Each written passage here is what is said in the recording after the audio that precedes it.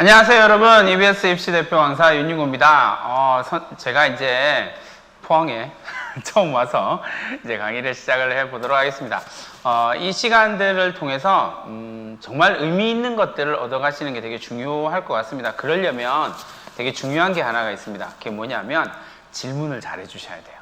저에게 주어져 있는 시간들이 조금 짧기 때문에 제가 최대한 많은 정보를 전달해 드리기 위해서 노력할 겁니다. 근데 그럼에도 불구하고 이제 부족한 부분들이 분명히 있을 테고요. 그러면 부모님들이, 학생들이 그 부분에 대한 질문을 주시면 제가 더 많은 정보들을 전달을 해 드릴 수가 있게 될 겁니다. 자, 이제 저는 입시의 기술이라고 하는 주제를 가지고 이야기를 좀 해 볼 겁니다. 함께 이야기를 해 보시도록 하죠. 저는 이런 사람입니다. 근데 어쨌든 포항시청에서 진행한다, 대입 설명회를 진행하는데 윤윤구라는 사람이 나타난다더라 라는 이야기를 들으면서 이렇게 검색도 해보셨을 테고, 안 해보셨으면 지금 열심히 해보시면 좋을 것 같고요. 어쨌든 전국을 돌아다니면서 강의를 하고 있긴 한데 대단히 이런저런 생각들이 좀 많이 들기는 해요. 학부모님들, 학생들을 만날 때마다 좀 더 정확한 정보, 좀 더 의미 있는 정보, 그리고 실제로 제일 중요한 거 하나는 뭐냐면 실제로 학생과 학부모님들이 할 수 있는 전략을 짜드리는 게 가장 중요한 것 같더라고요. 그에 대한 이야기를 진행을 해 보도록 하겠습니다. TV 프로그램에서 좀 많이 보셨을 거예요. 그죠? TV 프로그램에서 제가 TV를 좀 즐겨보지는 않는 편이지만 가끔 이렇게 보다가 만난 프로그램인데 깜짝 놀랐어요. 이게 왜 깜짝 놀랐냐면 사실 저는 교사 생활을 지금 20년 넘게 하고 있는데 교육이라고 하는 것이 왜 이렇게 힘들지? 내지는 교육은 왜 잘 안 되지? 이런 고민들을 항상 갖고 있는데 이 프로그램을 보면서 큰 깨달음을 얻었어요. 그래서 이걸 이제 말씀을 드리고 싶은데 이게 뭐냐면 어떤 프로그램인지는 아시죠? 그죠? 백땡땡 아저씨가 나와가지고 요리 프로그램을 화면에 보시는 것처럼 TV에서 한 50명 정도의 사람들이 온라인으로 접속을 해서 실시간으로 함께 요리를 하는 거예요. 준비물은 이겁니다. 그러니까 준비해 오세요. 물 끓이세요. 담그세요. 이만큼 넣으면 됩니다. 라고 실시간으로 다 알려줘요. 그런데 제가 이 프로그램을 보다가 깜짝 놀란 게 있습니다. 뭐였냐면 분명히 실시간으로 앞에서 백종원 씨가 하고 있는 그대로를 똑같이 하고 있는데 실패를 하는 사람들이 나타나요. 여기서 질문, 채팅창에 막 남겨보세요. 여기서 질문입니다. 뭐냐면 왜 실패할까요? 분명히 똑같이 하고 있거든요. 부모님들의 생각을 알고 싶습니다. 빨리 채팅창에 남겨주세요. 왜 실패할까요? 분명히 앞에서 요리하는 사람이 똑같이 이렇게 알려주고 있고 똑같이 보여주고 있는데 결국 나온 요리는 서로 다른 요리가 자꾸 나와요. 뭘까요? 이유는 되게 단순합니다. 왜냐하면 내가 백종원 씨가 시키는 대로 하는 것이 아니라 거기다가 플러스 뭐예요? 나의 경험, 나의 생각을 더하기 때문이죠. 그러니까 실패를 합니다. 모든 교육이 실패를 하는 가장 중요한 이유는 개념의 전달 내지는 핵심 요소의 전달이 이루어졌음에도 불구하고 거기에다가 플러스 뭐합니까? 자기의 경험, 자기의 생각을 갖다 붙이기 시작합니다. 그럼 어떻게 돼요? 전혀 다른 요리가 나오기 시작하는 거죠. 우리가 한 번도 생각해 본 적이 없고 한 번도 본 적이 없는 그런 요리들이 막 손들고 이렇게 막 저 큰일 났어요 도와주세요 막 이런 거 하잖아요. 그 이유가 뭐냐면 거기에다 정확하지 못한 자기의 경험을 덧붙이기 때문에 그렇습니다. 왜 수학 공부를 그렇게나 힘들어 할까요? 수학 선생님이 설명해 주신 그대로를 받아들이면 사실 크게 어려움이 없는데 거기다 플러스 자기가 이때까지 살아왔던 삶의 경험들을 붙이니까 문제가 되는 겁니다. 그쵸? 그래서 뭐라고 불러요? 요리니? 라는 표현을 쓰긴 하죠. 근데 그 부분에 대한 고민을 잘 하셔야 됩니다. 지금 학부모님, 학생들 분명히 고3이고 고3 학부모임에도 불구하고 입시에 대해서 잘 모르는 방향을 잡지 못하는 그런 안타까움이 분명히 존재를 하거든요. 그러니까 제가 그제도 그쵸? 금요일 날도 들으셨고 어제도 들으셨고 오늘도 들으실 거예요. 그런데 제가 꼭 부탁드리고 싶은 말씀은 제가 말하는 걸 잘 들어주셔야 돼요. 거기다가 부모님들이 지금까지 넣었던, 학생들이 지금까지 경험했던 생각, 경험들을 넣기 시작하는 순간 이건 본질이 흐려집니다. 그러면 제가 얘기했던 거와 전혀 다른 전략을 세우시게 됩니다. 저는 학교에서 물론 학교에서 이제 제가 지도하고 있는 학생들, 그리고 이제 전국에서 만난 학생들에서 도움을 주고 있는 학생들은 다 대학을 잘 가거든요. 거의 99%의 확률로 대학에 성공합니다. 왜요? 시키는 대로만 하거든요. 그러면 성공합니다.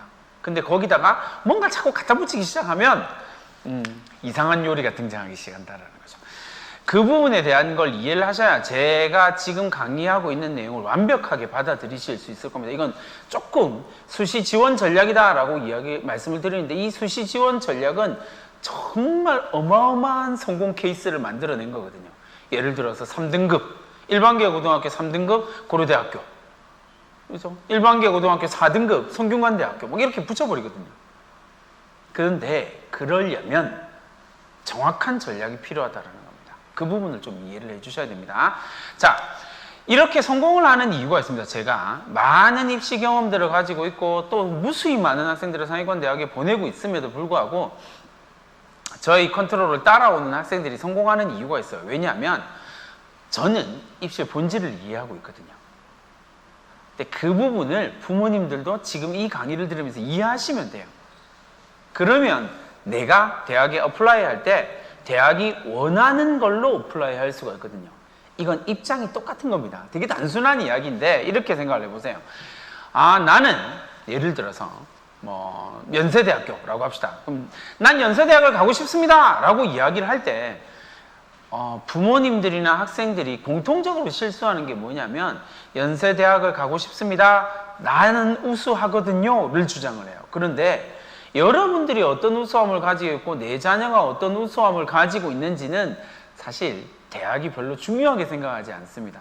대학이 중요하게 생각하는 건 뭐냐면 우리 대학에 올 만한 학생이냐를 봅니다. 아까 앞에서 포항공대 입시 설명회 하면서 학생부 종합전형에 대해서 막 설명해 주시면서 들으셨죠? 대학이 원하는 것이 무엇이냐라고 하는 것이 포인트입니다. 그 부분이 가장 중요하다는 거죠. 그게 뭐라고요? 스피릿입니다. 아, 스피릿. 아, 스피릿. 본질이죠, 본질. 입시의 본질이 뭘까요? 라고 이야기를 하면 정말 단순한 이야기를 해드릴 수밖에 없습니다. 입시의 본질은 뭐예요? 모든 대학 입학사정관과 위촉 입학사정관이라고 이야기하죠. 교수들입니다. 입학사정관과 위촉 입학사정관들이 공통적으로 뽑고자 하는 학생의 유형은 딱 한 유형의 학생입니다. 어떤 학생일까요? 네, 당연히 우수한 학생입니다. 자, 이제 정말 답이 나왔습니다. 근데 이 답이 너무 썰렁해. 그죠? 그래서 이제 부모님들과 학생들한테 이 부분에 대한 설명을 꼭 드리고 싶은 거예요. 뭐냐면 우수한 학생을 선발합니다. 누가요? 대학이요. 그런데 그때 우수하다라고 하는 말을 한번 잘 생각해 보십시오.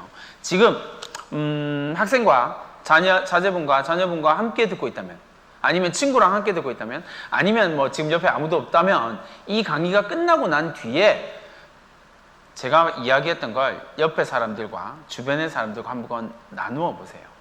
근데 되게 신기한 걸 하나 발견하실 겁니다. 뭐냐면 넌 우수함이 뭐라고 생각해? 라고 질문해 주세요. 그러면 내가 생각하고 있는 우수함과 전혀 다른 이야기를 할 겁니다. 이 부분이 되게 중요한 거거든요. 왜냐하면 우리가 일반적으로 사용하는 우수함이라고 이야기를 하는 단어는 주관적인 단어예요. 이게 수험생도 그렇고 학부모님들도 그렇고 선생님들도 그렇고요. 이 우수함이라고 하는 단어를 자꾸 객관적인 걸로 생각을 하더라고요. 아니에요. 절대로요. 이 우수함에 객관적으로 드러나는 케이스가 있죠. 뭐예요? 수능 점수, 내신 점수. 이건 우수함이 객관적으로 드러납니다. 어떤 우수함이에요? 객관식 능력의 우수함이요. 보시죠. 정시, 내신, 수능, 내신. 뭐예요? 객관식 역량의 우수함. 맞죠? 대학이 선발하는 하나의 방식입니다. 객관식 능력이 뛰어나군요. 내가 선발해 줄게요. 그런데 우수함이라고 생각하는 건, 이야기를 하는 건요, 주관적인 단어예요. 다른 말로 하면 사람마다 다 다르다라는 이야기입니다. 이걸 다른 말로 한 단계 더 업그레이드 시키면 어떻게 되냐면요, 대학마다 우수함의 기준이 다르다라고 하는 결론이 나오게 되는 거예요. 그러니까 내가 어떤 대학을 가고 싶다라고 어플라이를 한다라고 이야기할 때 핵심은 뭐라고요? 그 대학이 생각하는 우수함이 뭐냐라는 거예요. 그걸 따지셔야 됩니다. 기본적으로 대학이 생각하는 우수함의 유형은 크게 4가지로 나눕니다. 2022학년도에 이제 이분이 입시를 해야 되잖아요. 물론 지금 2022학년도 고3만 듣고 있는 건 아니시겠지만 어쨌든 고3 학생들이 대학을 갈 때, 내지는 고2, 고1도 마찬가지예요. 대학을 간다라고 이야기할 때 대학이 생각하는 우수함의 기준은 4가지입니다. 제가 왜 이렇게 확정적으로 말하냐고요? 확정적으로 말할 수밖에 없는 이유가 있어요. 왜냐하면 이 우수하다라고 이야기하는 기준들이 다 뭐냐면 우리가 일반적으로 전형이라고 부르는 거예요. 대학은 학생을 선발하려고 합니다. 근데 그 학생이 선발이다라고 이야기할 때 방법상으로 4가지 방법을 뽑는단 말이에요. 그러니까 각각의 우수함이 존재하는 거예요. 그 방법에는. 방금 말씀드렸던 거 2가지 말씀드렸죠. 수능 성적이 우수하냐 아니면 내신 성적이 우수하냐. 객관식 역량의 우수함을 따지게 된다는 겁니다. 됐죠? 자, 그 다음에 3번째로 생각하게 되는 대학의 우수함이 뭐냐면 논술 능력의 우수함이에요. 자, 이 부분도 좀 잘 생각해 주세요. 논술 역량의 우수함이다 라고 이야기를 하는 것은 객관식 능력의 우수함과는 좀 다른 거예요. 그러니까 논술 역량이 우수하다라고 이야기할 때의 포인트는 뭐냐면 사고력, 그 다음에 독해 능력, 해석 능력, 분석 능력 뭐 이런 것들이 우수한 학생을 대학이 픽업을 하고 싶은 거예요. 그래서 우수하네, 너 정말 우수하네 라고 이야기를 하는 거예요. 자, 그 다음에 마지막에 우수함이 뭐냐면 4번째입니다. 대학이 생각하는 4번째 우수함은 학생부 종합 전형에 있습니다. 자, 이걸 이제 잘 생각하셔야 됩니다. 그냥 단순하게 지금까지 속고 있으셨던 거예요. 지금까지 생각하셨던 그런 생각들을 가지고 접근을 하는 순간 입시는 상당수의 학부모들이 실패하고 맙니다. 그러니까 실패하지 않기 위해서는 대학이 어떤 걸 우수하다라고 이야기를 하는지, 그 다음에 그 우수함은 어떤 방법으로 실현되는지를 보시는 것이 중요하다는 거예요. 하나만 질문 던져볼게요. 제가 요즘에 많이 던지는 질문 가운데 하나입니다. 자, 채팅창에 답을 올려주세요.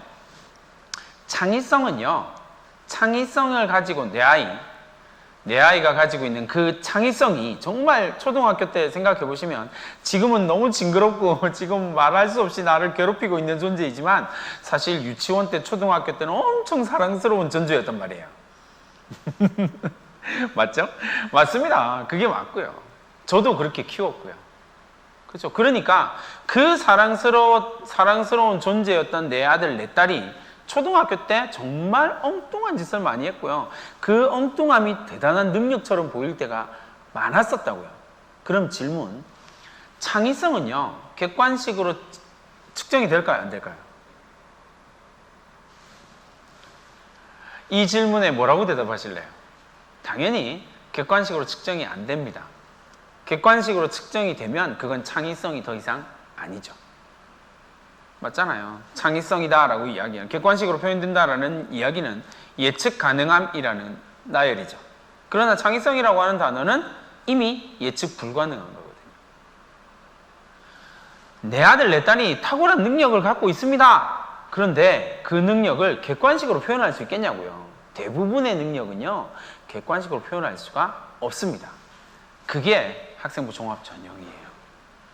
객관식으로 표현할 수 없는 능력을 가지고 있는 학생을 선발하겠다는 겁니다. 그러면 우리가 학생부 종합 전형으로 대학을 가겠다라고 이야기할 때 중요하게 강조해야 될 점은 뭘까요? 당연히 내가 어떤 능력을 가지고 있는지를 증명해야 됩니다. 뭘 통해서요?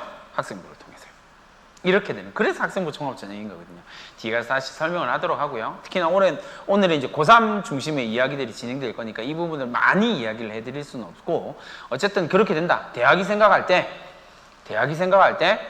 우수하다라고 하는 기준은 객관식 역량이 우수한 학생, 정시, 수능, 그 다음에 교과, 내신 두 가지의 역량이 우수한 학생은 객관식 능력이 우수한 거고요. 사고력이 우수한 학생, 논술. 그 다음에요, 객관식으로 표현할 수 없는 다양한 역량이 우수한 학생, 학생부 종합전형. 그러면 이런 질문을 던질 수가 있겠죠. 내 아들, 내 딸은 어떤 역량이 우수하다라고 생각하세요? 여기에 수시 지원 전략의 핵심이 있습니다. 내가 가지고 있는 가장 강력한 장점을 가지고 입시를 치러야지 성공 확률이 높아지는 거죠. 나는 객관식 능력이 별로 없는데 수시 내신에다가 목숨 걸고 있으면 조금 문제가 생기겠죠. 실패할 가능성이 높아져요. 왜? 거긴 나의 우수함이 없거든요. 그러면 나의 우수함은 뭐지? 이게 가장 본질적인 질문이에요. 대학이 요구하는 질문이기도 하고요. 자, 그 다음 이제 하나씩 살펴보도록 합시다. 2022학년도의 수시 지원 전략 어떻게 해야 될까? 대학을 갈 수 있는 방법은 네 가지입니다. 거의 대부분 99.7%의 학생들은요, 방금 제가 말씀드렸던 네 가지의 방법으로 대학을 갑니다. 그렇게 생각하시면 돼요. 그죠? 그럼 나는 어떤 방법으로 대학을 가야 되지? 라고 생각한다면 2022학년도 전형별 비율을 한번 살펴보시면 되겠죠. 자, 전체적으로 보면 학생부 교과 전형이 이게 서울에 있는 주요 15개 대학입니다. 전국 단위에서 보면 학생부 교과 전형이 압도적으로 높습니다. 정시 전형은 20%대고요. 그 언론에서 막 나오는 것처럼 정시가 확대되었다, 이 이야기는 다 서울에 있는 주요 대학의 케이스이거든요. 근데 전국적으로 본다면, 전국에 있는 대학을 본다면 학생부 교과 전형이 가장 큰 전형입니다. 그런데 서울에 있는 주요 15개 대학을 살펴보니까 어떻게 돼요? 서울에 있는 주요 15개 대학을 살펴보니까 뭐가 제일 큰 전형입니까? 정시 전형이 가장 큰 전형이 되었죠. 그 다음에 뭐예요? 학생부 종합 전형이요. 세 번째로 학생부 교과 전형 12%. 그 다음에 논술 전형 10%, 기타 전형은 실기 전형, 특기자 전형 뭐 이런 것들이거든요. 거의 정말 소수입니다. 서울에 있는 상위 15개만 보더라도요, 매우 소수입니다. 그러니까 빼면 네 가지의 전형이 남습니다. 서울에 있는 15개 대학. 자, 근데 이제 여기서 하나의 중요한 포인트가 있습니다. 분기점, 터닝 포인트가 생기는 거예요. 어떤 터닝 포인트냐면, 내 아들, 내 딸이 지방에 있는 거점 공립대를 갈 거야 라고 생각하면 전형 방법이, 지원 전략이 완전히 달라져야 돼요. 왜요? 방금 말씀드렸죠. 지방에 있는 대학들은 대부분 다 뭘로 뽑는다고요? 학생부 교과, 학생부 종합 이렇게 뽑거든요. 근데 내가 서울에 있는 상위권 대학을 15개 대학을 갈 거야 라고 이야기를 하면 그때부터는 또 전략이 완전히 달라져야 돼요. 그러니까 수시 지원 전략의 첫 번째는 뭐냐면요, 내가 서울에 있는 상위권 대학을 갈지 아니면 지방 거점 공립대를 목표 대학으로 삼을지를 정하셔야 돼요. 그래야 뚜렷한 전략, 정확한 전략을 세울 수 있게 된다는 겁니다. 일단 서울에 있는 상위권 15개 대학을 두고 베이스로 해서 분석하는 방법을 보여드릴게요. 어쨌든 정시 39%입니다. 특징들이 좀 있어요. 그 뒷부분에서 이야기를 할게요. 그 다음에 학생부 종합전형 35%입니다. 학생부 교과 전형인데 서울에 있는 상위 15개 대학은 학생부 교과 전형이 12%예요. 조금 많은 거죠. 언론에서도 막 전년도에서 비해서 학생부 교과 전형이 막 늘어났다 막 이런 이야기를 해요. 그러니까 내신이 중요해 막 이런 이야기를 합니다. 거짓말. 왜요? 되게 단순하게 생각을 해보십시오. 부모님들, 학생 여러분. 학생부 교과 전형은 정말 치명적인 약점이 하나 있어요. 그게 뭘까요? 전국에 있는 모든 고등학교의 1등급이, 내신 1등급이 능력이 똑같다라는 전제를 까는 전형이에요. 여기서 심각한 문제가 하나 생기겠죠? 왜요? 실제로 전국에 있는 모든 2,300개 정도의 고등학교가 있고요. 그 중에 인문계 고등학교가 한 2,700, 거의 1,800개 정도 되거든요. 그럼 1,800개 고등학교에서 1,800개의 고등학교의 1등급이 능력이 똑같다. 아니, 이미 벌써 말이 안 되잖아요. 그러니까 서울에 있는 상위권 대학은 학생부 교과 전형을 극도로 줄여놓은 거예요. 그래서 12%. 근데 선생님 10명 중에 12명은 뽑는데요. 정부가 그렇게 하라고 했으니까.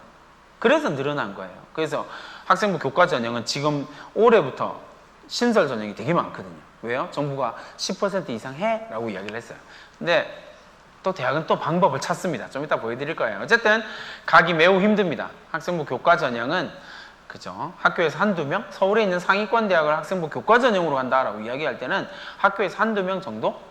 그러나 지방에 있는 거점 공립대를 학생부 교과 전형으로 간다라고 이야기하면 대체로 지역에 따라 조금 다르긴 하겠지만 포항에서 경북대, 부산대 뭐 이렇게 생각을 하면 대략 3점대 초반 정도면 내신으로 갈 수 있거든요. 그러니까 완전 결이 다르다라는 말씀을 꼭 드립니다. 이 부분을 잘 생각을 해 주시면 좋겠고요. 이제 하나씩 올해 입시에 대한 이야기를 정리해 봅시다. 올해 입시의 가장 큰 특징, 뭐니 해도 가장 큰 문제, 이건 올해 입시뿐만이 아니라 지금까지 누적되어 온 입시의 문제점입니다. 입시의 가장 큰 특징입니다. 뭐예요? N수생 비율이 증가할 것이다 라는 겁니다. 게다가 이거 잘 이해하셔야 됩니다. 그냥 제가 그냥 하는 말이 아니에요. 데이터로 다 나와 있는 거거든요. 잘 생각해 보십시오. 지금 재수생, 삼수생 말고요. 지금 재수생만 한번 딱 생각해 보십시오. 뭘까요? 얘들은 고3 때, 지금 재수생들은 고3 때 코로나 직격탄을 맞은 학년이에요. 그러니까 제대로 공부하지 못했다라고 하는 것에 대한 아쉬움을 갖고 있는 아이들이에요. 그래서 어떻게 대학을 갔다라고 하더라도 아쉬움이 있어요. 그러다 보니까 어떻게 됩니까? 재수를 하거나 반수를 하는 비율이 숫자가 늘어날 수밖에 없는 상황이라는 거예요. 이게 1번입니다. N수생의 비율이 증가할 거예요. 숫자는 매년 비슷하거든요, 사실. 숫자는 조금씩 증가해요. 그죠? 그런데 비율이 중요한 거니까요. 비율이요. 그러니까 전년도의 수능에서 한 4년 전만 해도요, 실제 수능에서 재수생이 차지하는 비율이 24% 안쪽이었어요. 23%를 넘어서지 않았었거든요. 그런데 2019학년, 2020학년, 2021학년 거치면서 재수생의 비율이 점점 증가하고 있습니다. 물론 그 배경에는 재학생의 비율이 줄어드는 것도 좀 있어요. 근데 어쨌든 전년도에 29.5%였습니다. 수능 정시에서요, 재수생의 비율 29.5%예요. 올해요, 30% 가뿐히 넘어갑니다. 대략 한 32% 정도 보고 있거든요. 그러니까 수능을 치는 사람들 중에서 3분의 1이 재수생이라는 겁니다. 졸업생이라는 거예요. 좀 이제 N수생이라는 표현도 좀 그렇죠. 어쨌든 졸업생입니다.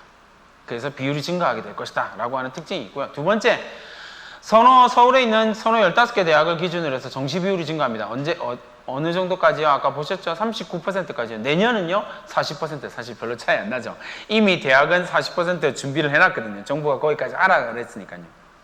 그렇죠? 그러니까 정시 비율이 증가하고 있습니다. 그러니까 나는 정시로 가야지 라고 지금 생각하는 고3들이 있다면 조금 조심하셔야 됩니다. 왜요? 위에 게 있거든요.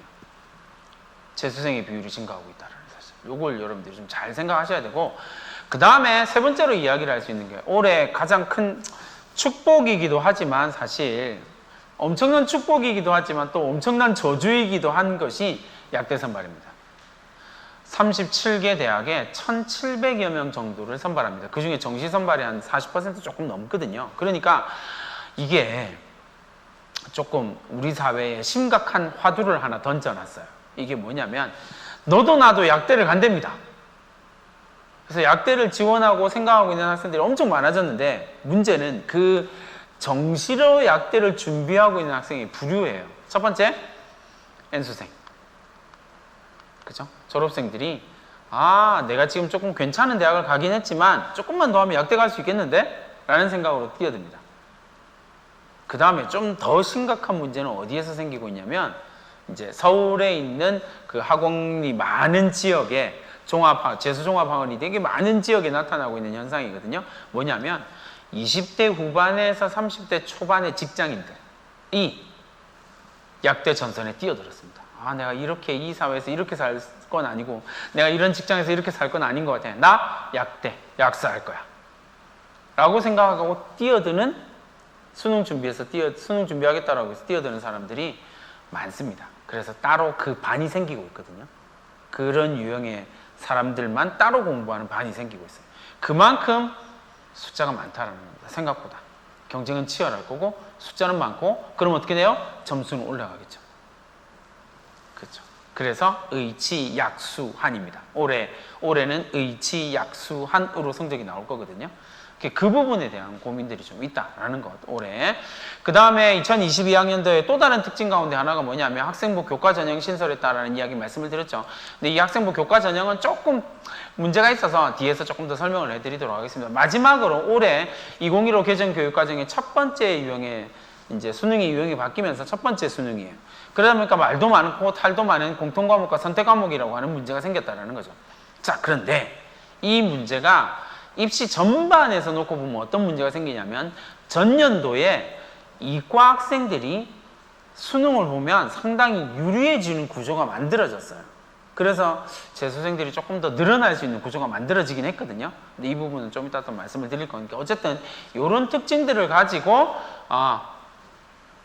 올해 입시가 진행된다. 그러니까 내가 어떻게 방향을 잡을 것인가를 좀 더 심각하게 고민을 해 보셔야 된다라는 이야기입니다. 전형별로 경쟁률을 한번 살펴보면 우리가 봐야 되는 전형, 학생부 교과 전형, 서울과 인천 8대1, 9대1 정도 나오고요. 학생부 종합 11대1, 10대1 정도 나옵니다. 논술 전형은 44대1, 34대1. 장난 아니죠? 이렇게 낸다라는 것. 전반적인 이제 경쟁률 상태도 한번 확인해 봤으니까 이제 하나씩 전형별로 이번 입시에서 내가 어떤 전략, 어떤 전형으로 어떻게 노려야 되겠다라고 하는 고민을 한번 해보도록 하겠습니다. 정시 먼저 살펴보도록 하겠습니다. 이 정시가 사실 되게 어려워요. 부모님들이나 학생들이, 재학생들, 특히 재학생들이 생각하는 것처럼 쉽지 않습니다. 그러니까 이게 제일 입시에서 정시를 쓰겠다라고 하는 학생 가운데에서 거의 절대적으로 실패하는 케이스가 하나 있는데, 그게 뭐냐면 난 내신도 안 좋아요, 비교과도 없어요, 논술도 못해요, 그러니까 난 수능이요. 실패 확률이 매우 높습니다. 왜냐면요, 조금 심각하게 생각하지 않고 도전을 하거든요.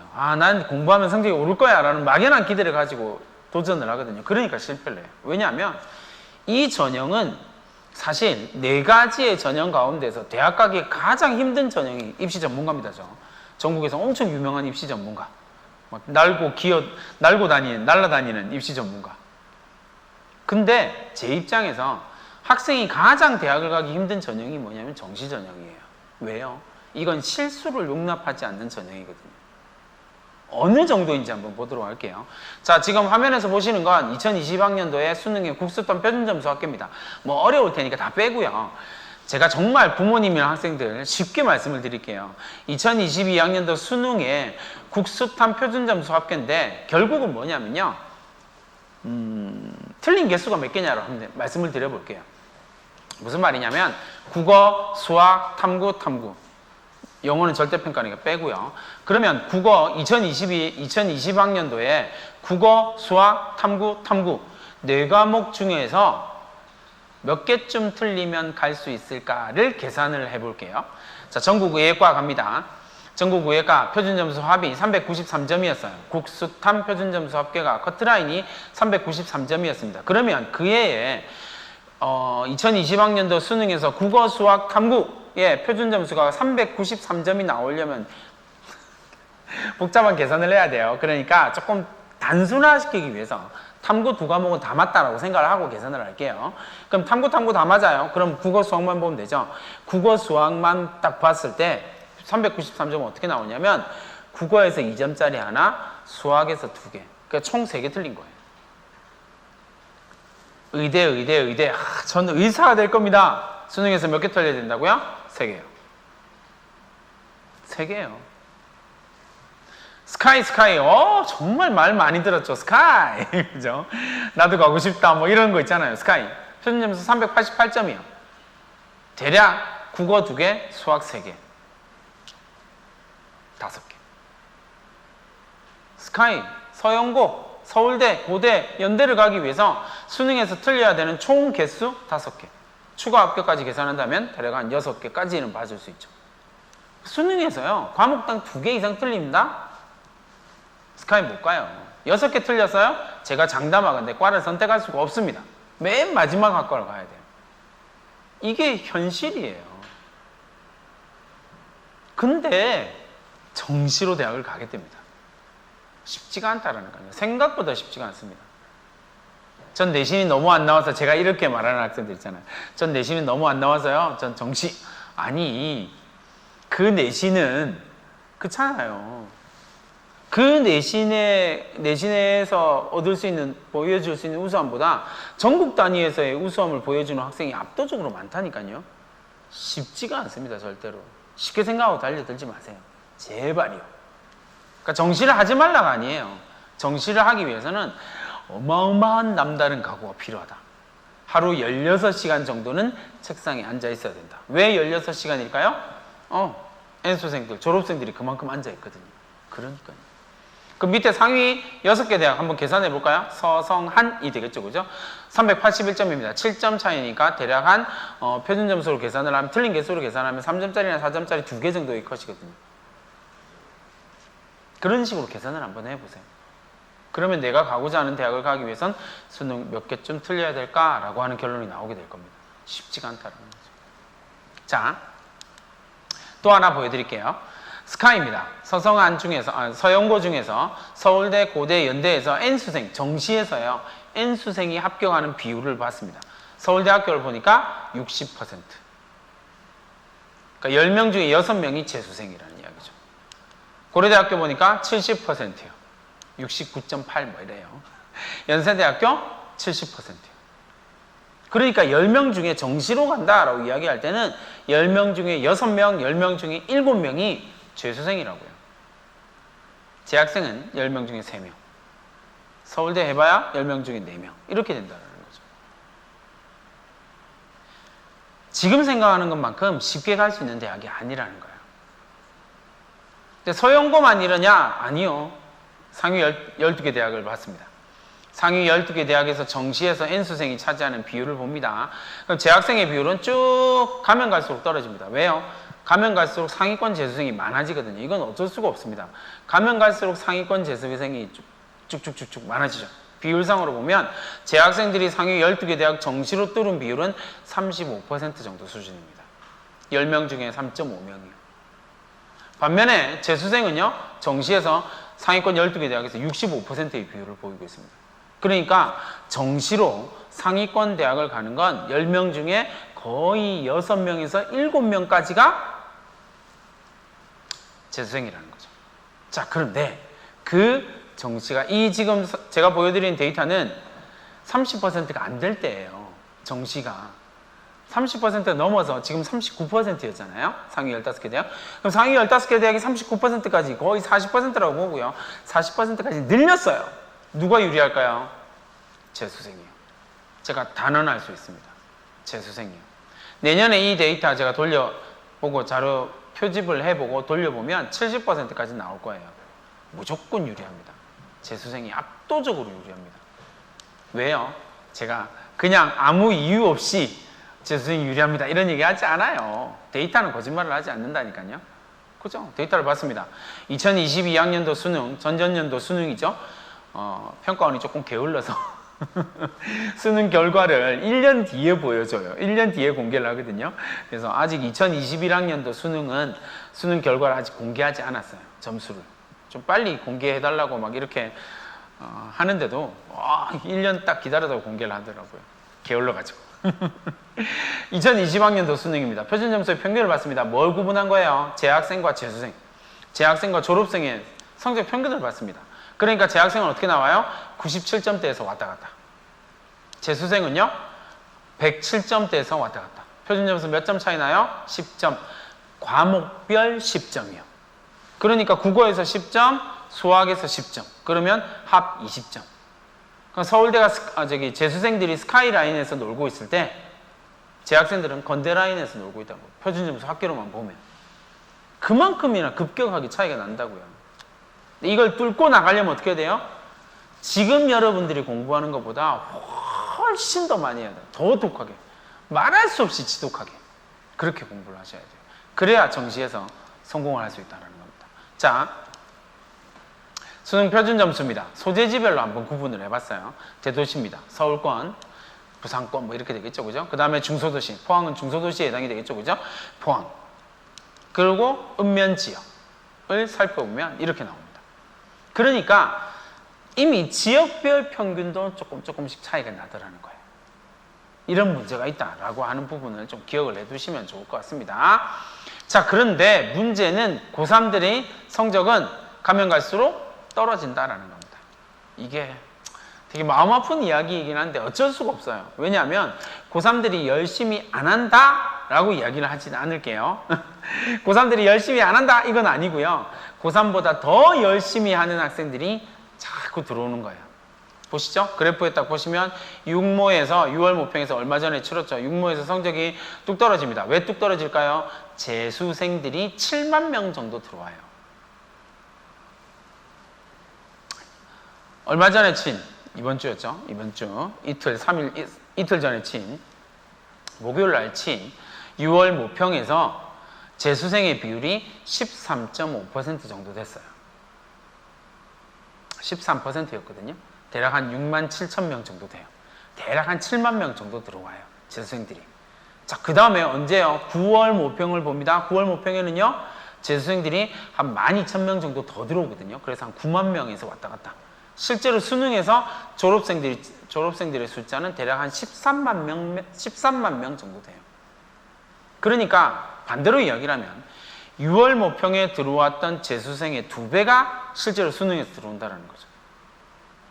상위권 1등급부터 9등급까지 비율이 똑같다라고 생각을 하면 6월 모평에 들어왔던 재수생의 상위권의 2배가 실제 수능에서 이루어지는 거예요. 나오는 거예요. 그러니까 재학생들은 가면 갈수록 성적이 떨어지는 게 일반적입니다. 대체로 85% 정도가 떨어집니다. 나머지는 성적 유지, 그리고 성적 올라가는 비율 정말 소수. 이게 왜 제가 이렇게 확신에게서 말씀을 드리냐면요. 이게 엄청난 빅데이터예요. 그러니까 서울에 있는 고3 전체를 표집한 거예요. 그러니까 우리 아들, 내 딸, 내 아들은 아닐 거야. 크게 벗어나기 어렵다니까요. 그러니까 전체적인 평균은 이렇게 나타난다는 거죠. 그 부분에 대한 고민이 좀 있으셔야 된다라는 겁니다. 자, 6월 모평을 봤습니다.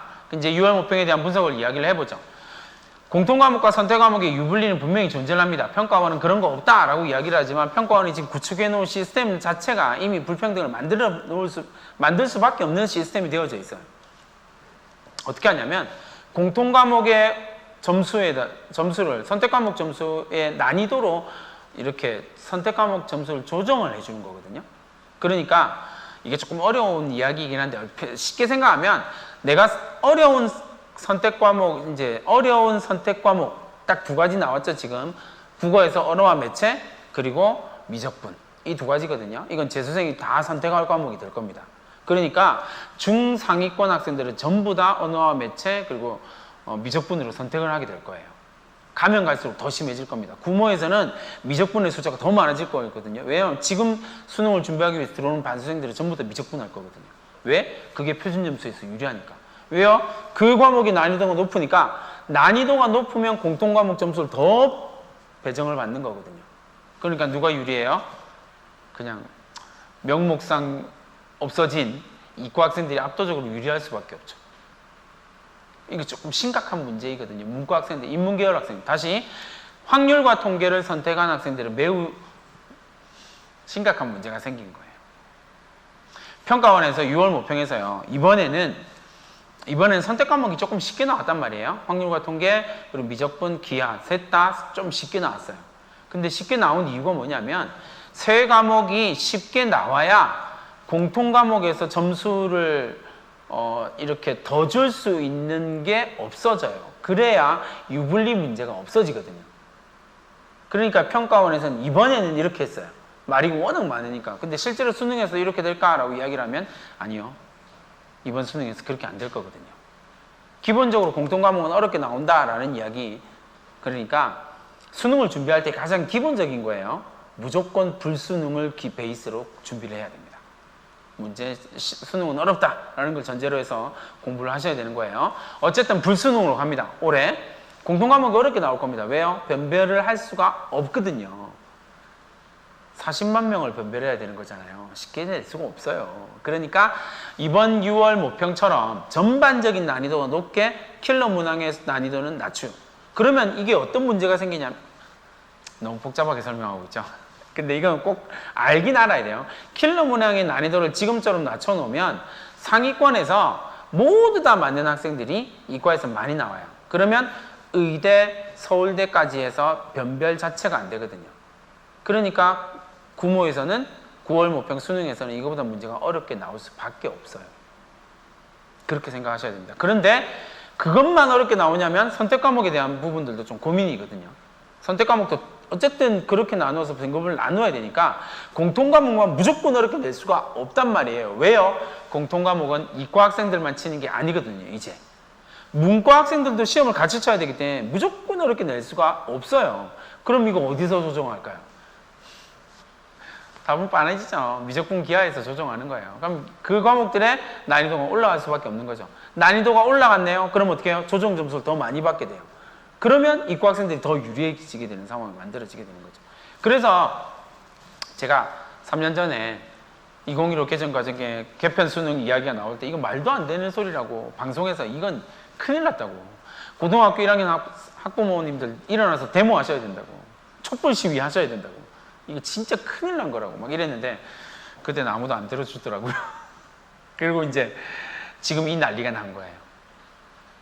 공통 과목과 선택 과목에서 유불리 문제가 반드시 나타날 수밖에 없습니다. 이게 이제 물론 조금 더 정밀하게 말씀을 드리자면 수능의 문제와 수시, 정시의 문제와 수시의 문제를 구분해서 대비를 하긴 해야 되거든요.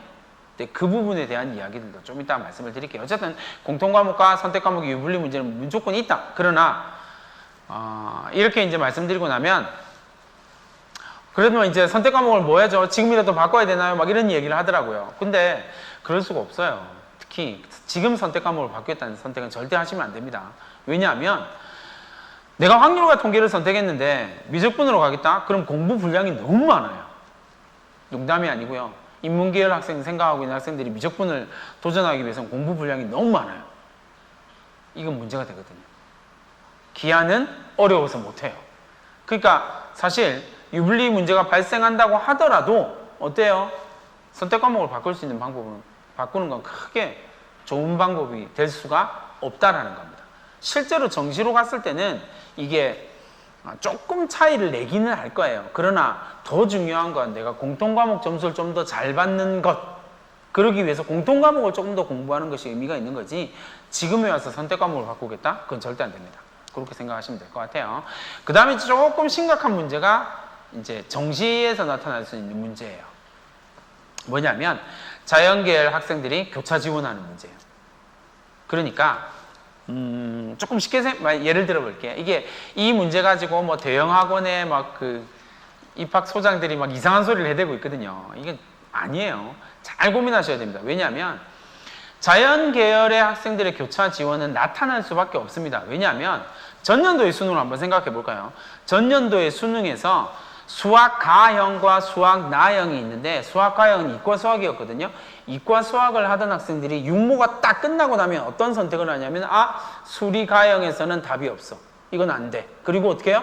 얘들이 넘어가요. 수리 나형으로 넘어가 버리거든요. 탈주를 하는 거죠. 이과 수학에서 탈주해서 문과 수학으로 넘어갔어요. 그게 전국에서 한 4% 정도가 나왔었거든요. 올해는 그 탈주 인원들이 없을 거예요. 미적분 하는 애들이 끝까지 미적분을 갖고 갈 거거든요. 왜요? 미적분을 해서 하는 게 그렇게 해서 문과 학생들보다 더 확률과 통계를 선택한 학생들보다 더 유리해질 거거든요. 그러니까 탈주가 없을 거란 말이에요. 그럼 그 아이들이 그 성적을 가지고 어디로 가냐면 문과로 넘어가게 되는 거예요. 지금은 이공계열에서 올해부터 실제로는 문과와 이과가 없어졌잖아요. 그러나 대학은 따로 선발하잖아요. 이게 정말 웃기는 거죠. 융합형 인재를 키우겠다라고 정부가 이야기하고 있지만 대학은 따로 선발하고 있잖아요. 이게 현실이거든요. 근데 선발은 대학이 하기 때문에 우리는 대학의 시스템을 따라갈 수밖에 없는 거예요. 됐죠? 그러니까 이 학생들이 상대적으로 유리해진, 정시에서 상대적으로 유리해진 점수를 들고 어디로 가면 돼요? 문과로 교차 지원을 해버리면 되거든요. 그러면 훨씬 더 좋은, 괜찮은 대학을 갈 수 있게 된단 말이에요. 사실 이 문제가 가장 치명적으로 나타나는 게 어디냐면 조금 마음 아픈 이야기겠지만 연말에 제 말이 맞는지 안 맞는지 한번 보세요. 수능 끝나고 난 뒤에 이제 원서 쓰는 시점에 지방 공립대들 특히나 이공계열이 완전 어마어마한 미달 사태가 나타나게 될 겁니다. 왜요? 지방국립대 이공계열을 갈 학생들이 서울에 있는 중상위권 대학을 쓸 수 있게 될, 문과를 쓸 수 있게 될 거거든요. 그러면 결국 폭탄 맞는 건 지방에 있는 거천국립대 인문계 아니고요. 이공계열입니다. 확실한 폭탄을 맞을 거거든요. 그 부분에 대한 고민인 거예요. 그러니까 교차 지원에 대한 고민이 생기는 거죠. 어떻게 하면 됩니까? 문과로 넘어가서 딱 과도 정해져 있어요. 어디요? 문과로 교차 지원해서 어디요? 통계학과. 대부분 다 문과에 있거든요. 그리고 경제, 경영학, 경제계열학과요. 경제 수학이 필요한 경제학과. 상경계열이라고 이야기를 하죠, 일반적으로. 그쪽으로 다 넘어가게 될 거예요. 그게 자연계열 학생들은 가장 유리한 선택지가 될 거거든요. 그러니까 올해 자연계열 학생들의 교차 지원에 대한 고민들이 좀 심각한 문제로 있다라는 거. 약대 지원자와 반수생 유입 문제는 제가 말씀드렸고요. 올해 육모 48만 명 지원했고요. 시험을 쳤고요. 그 중에서 졸업생들이 13.9%였다. 실제 수능에서는 30%가 조금 넘을 거다라고 하는 이야기 기억해 두시면 되겠습니다. 자, 올해 정시 지원 전략에 대한 이야기를 한번 해보겠습니다. 첫 번째, 상위권 대학의 합격 커트라인이 조금 하락할 겁니다. 상위 15개 대학, 주요 대학 15개 대학, 이 정도 선에서 이 40%까지 늘어났잖아요. 그러니까 전년도에 비해서 정시를 좀 많이 선발한단 말이에요. 그러니까 합격 커트라인이 조금 낮아지긴 할 거예요. 낮아지긴 할 거예요. 근데 그 낮아진다라는 게 엄청 낮아지는 건 절대 아니에요. 왜요? 그 앞에서 성적대가 촘촘하게 존재를 하거든요. 그러니까 조금 낮아지긴 할 겁니다. 근데 상대적으로 누가요?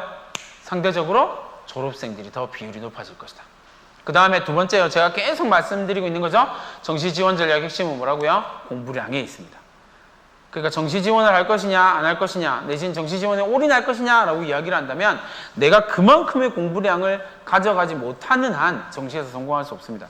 제가 확신해서 말씀을 드리는 거예요. 공부량이요. 몇 시간? 최소 최대 16시간, 최소 책상에 앉아서 공부만 하는 시간 14시간. 무조건이요. 학교 수업까지 다 끼워서. 그러니까 다른 말로 하면 학교 수업에 완전히 집중해서 수업을 들어야 된다. 거기까지 해서 16시간. 상위권 대학을 가고 싶으세요? 16시간. 지금 생각하고 있는 그 대학을 가고 싶으세요? 최소 14시간. 정시 지원인 전략의 핵심은 공부량이다. 그 다음에 처음에 말씀드렸던 거죠. 수도권 대학을 갈 거냐, 지방 대학을 갈 것이냐를 방향을 선명하게 정하는 것이 필요하다. 그 다음에 다섯 번째요. 네 번째, 상위권 대학을 중심으로 치열한 눈치 싸움이 이게 올해 수능은 정말 장난이 아닐 겁니다. 왜냐하면 더 전년도의 수능에 비해서 심각한 문제가 등급 예상치가 나올 수가 없어요. 이게 무슨 말인지 알겠죠? 육모가 끝나고 난 다음에 뭐 어디 EBS 같은 데 들어가면 이렇게 예상 등급 컷 나오잖아요. 그 전년도에는 의미가 있었거든요. 근데 올해는 의미가 없어요. 왜냐하면 점수를 조정해서 등급 컷을 결정하게 되거든요. 그러니까 올해는 이 등급 컷이 크게 의미가 없습니다. 예, 정말 아마도 이렇지 않을까라고 예상하는 정도인 거거든요. 전년도엔 거의 맞았거든요. 근데 올해는 그렇게 맞지는 못할 거예요. 왜냐하면 아직 공개한 게 없거든요. 그러니까 어떻게 되냐면 내가 수능 끝나고 난 다음에 성적표를 딱 받아봐야 이제 점수 등급이 정확하게 알 수 있는 거예요. 그 전까지는 예측 불가능이거든요. 그 다음 그 짧은 시간 동안 원서를 써야 되는 문제가 생기는 거예요. 그러면 어쩔 수 없이 하향 지원으로 갈 수밖에 없고 치열한 눈치 싸움이 나타날 수밖에 없다는 거죠. 그 다음에 마지막 전략이요. 불수능을 전제로 해야 된다. 그렇게 해야 공부량을 확 늘릴 수 있다. 그렇게 공부량을 늘려야 내가 원하는 대학, 내가 원하는 성적이 나오게 된다라는 사실을 기억해 두세요. 자, 이제 두 번째, 대학이 선발하는 학생부 교과 전형입니다. 학생부 교과 전형은 상위 15개 대학에서 선발하는 전형을 쭉 살펴보면 뭐 이런 형태가 됩니다. 이게 처음에 말씀드렸던 거예요. 학생부 교과 전형이다라고 이야기할 때의 포인트는 내신이다. 내신 등급을 본다라고 이야기했잖아요. 근데 이 내신 등급은 기본적으로 전국에 있는 모든 고등학교 1등급이 능력이 똑같다라는 전제를 깔다 보니까 특히나 상위권 대학은 이걸 좋아하지 않아요. 이 전형 자체를 좋아하지 않거든요. 그러니까 어떻게 합니까? 대부분 다 다단계를 합니다. 다단계 좀 이상하네요. 2단계로 합니다. 어떻게 해요? 1단계 내신 성적, 2단계 뭐예요? 수능 최저와 면접을 걸게 되는 거죠. 그래야 자기들이 원하는 학생들을 필터링을 할 수가 있거든요. 자, 전체적으로 보면 2022학년도의 학생부 교과전형 상세를 쭉 살펴보시면 왼쪽에 화면에서 볼 때 왼쪽에 맨 끝에 보니까 쭉 나오죠. 신설. 왜 신설한지 아시겠죠? 이제 정부가 그만큼 뽑으라고 했기 때문에 신설을 다 된 거예요. 이렇게 여러분들이 봐두시면 될 것 같고요. 그 다음에 전부 다 공통적으로 거의 대부분의 대학이 뭐예요? 상위권 대학은 수능 최저를 걸거나 면접을 걸고 있다. 그게 아닌 대학은 몇 개 없다라는 거 알 수가 있겠죠. 이런 부분을 기억을 해 두시면 될 거고요. 학생부 교과 전형으로 합격한 학생들의 평균 성적을 한번 보도록 하겠습니다. 자, 이게 사실 되게 마음이 아프긴 하지만 어떡하겠어요, 그죠? 이게 학생부 교과 전형으로 합격한 학생들의 평균, 합격자의 평균입니다. 그러니까 서울에 있는 상위권 대학의 학생부 교과 전형으로 간다라는 말은 다른 말로 하면 내신 성적이 정말 탑. 그죠? 제가 학생들한테 이렇게 이야기를 하거든요. 내신 귀신들이 사는 곳 이렇게 이야기를 하거든요. 학생부 교과 전형 특징이죠. 1.1, 그죠? 최저 1.7, 평균 1.3, 고려대학교. 시립대학교 1.3, 1.8, 1.6. 숙명여대쯤 가면 이제 2등급이 나오기 시작하는 거예요. 그러니까 숙명여대 위의 대학들은 전부 다 뭐라고요? 1점대여야 된다고요. 딱 전형적인 형태이기 때문에 이 정도구나. 그러니까 실제로 서울 상위권 대학을 학생부 교과 전형으로 간다라는 건 학교에서 한두 명 정도밖에 없다라고 이야기할 수밖에 없는 거죠. 그죠? 수능 최저가 없는 한양대학교 같은 경우는 보세요. 1.02, 1.07 평균으로 보니까 1.2 정도가 나오고 있다라는 걸 확인할 수가 있죠. 자, 올해 학생부 교과 전형의 지원 전략을 한번 살펴보도록 하겠습니다. 첫 번째, 학생부 교과 전형은 정량적인 평가를 해요. 그러니까 99점이 98점보다 우수하다라는 전제를 까는 거예요. 객관식으로 드러난 거니까 정량적 평가를 기본으로 합니다. 그러니까 예측이 용이해요. 근데 올해 서울 상위권 15개 대학에서는 어쨌든 학생부 교과 전형이 조금 늘어났거든요. 조금 늘어났으니까 컷은 조금 떨어지게 될 겁니다. 전년도에 합격 컷은 대학마다 다 공개를 하고 있으니까 합격 컷을 확인해 보시면 아까처럼 그런 성적들을 확인하실 수 있을 거예요. 그런데 거기에 최저선이 어느 정도냐, 맨 마지막에 문 닫고 들어간 애가 어느 정도냐, 그 정도 선에서 올해 결정될 겁니다. 그거보다는 조금 더 낮긴 하겠지만. 그 다음에 두 번째, 대체로 수능 최저 학력 기준을 적용하고 있습니다. 몇몇 대학 빼고는요. 한양대 이런 대학 빼고요. 그럼 수능 최저 학력 기준을 적용하고 있다면 반드시 수능 최저 학력 기준을 내가 맞출 수 있는지 없는지를 확인하셔야 돼요. 그런데 지금 고3 학생들의 조금 심각한 문제점은 뭐냐면 내가 당연히 수능 최저 학력 기준을 맞출 수 있을 거야 라고 생각하신다는 거예요. 그런 긍정적인 환상을 갖고 있는 거예요. 근데 실제로 학생부 교과 전형에서 수능 최저 학력 기준을 맞추지 못하는 비율은 35%가 넘습니다. 매년이요. 매년 35%가 수능 최저 학력 기준을 못 맞춰서 저우수한 내신을 가지고 학생부 교과 전형을 떨어진다고요. 그러니까 조금 보수적으로 판단해 주세요. 내가 이번 육모에서 받은 성적에서 2등급만 올리면 돼 이렇게 생각하면 안 됩니다. 2등급 못 올린다라고 생각하셔야 돼요. 최대한 보수적으로 생각하셔야 됩니다. 2개의 등급을 올릴 수 있을 거야 라고 전제를 깔 때의 조건은 딱 하나라고 제가 앞에서 말씀드렸죠. 그렇게 성적을 올려서 내가 좋은 대학을 갈 수 있을 거야 라는 이야기의 전제는 딱 하나입니다. 뭐라고요? 하루 16시간 공부했느냐 하지 않았느냐. 그 부분에 대한 잘 기억해 두시고요. 그 다음에 세 번째로 생각할 수 있는 건 대학별로 반영 과목이 좀 달라요. 상위 진로 과목이 있기 때문에 이 진로 과목을 어떻게 반영하느냐에 따라서 진로 선택 과목이 있기 때문에 이 진로 선택 과목을 어떻게 반영하느냐에 따라서 조금 많이 달라지거든요. 지방에 있는 거점 공립대 같은 경우는 대체로 상위 3과목을 반영을 하고요. 그죠? 그런 식이에요. 그러니까 대학마다 반영하는 과목이 좀 다르고 반영하는 방법도 달라요. 가장 대표적인 거 성균관대학교예요. 성균관대학교는 진로 선택 과목을 어떻게 반영하냐면요. 정량평가가 아니라 정성평가로 반영해요. 그러니까 그 과목의 성취도가 A, B, C 어떠냐 이런 걸 보는 게 아니라 그 과목의 교과 세특을 본다는 거예요. 이런 대학 지금 늘어나거든요. 올해는 2022학년도에는 성균관대, 고대, 동국대 3개의 대학이 있는데 학생부 교과 전형에서 이렇게 정성평가를 반영하는 대학이에요. 3개의 대학이 있는데 내년에는 이게 엄청 늘어나게 될 겁니다. 2023 수능에서 입시에서는요. 건대, 지금까지 확인된 거 건대, 경희대, 외대 상위권 대학에서는 그렇게 나오거든요. 나머지 대학도 근데 그런 식으로 다 따라가게 될 가능성이 매우 높습니다. 그러니까 학생부 교과 전형에 정성평가를 집어넣기 시작한다는 거죠. 그 다음에 마지막으로 고교별 추천 기준을 확인하시는 게 필요합니다. 고교별 추천 기준 재학생의 3%, 4%, 5%로 거의 대부분이 이제 정하거든요. 제한이 없거나 3%거나 4%는 5%거나. 그럼 이제 학교별로 이 추천 전형의 순위를 정하는 것도 조금 민감한 문제이긴 하거든요. 그러면 내가 그 추천 전형에 들어갈 수 있냐, 추천이 될 수 있냐 없냐를 확인하는 것도 매우 중요하다라는 말씀을 드리겠습니다.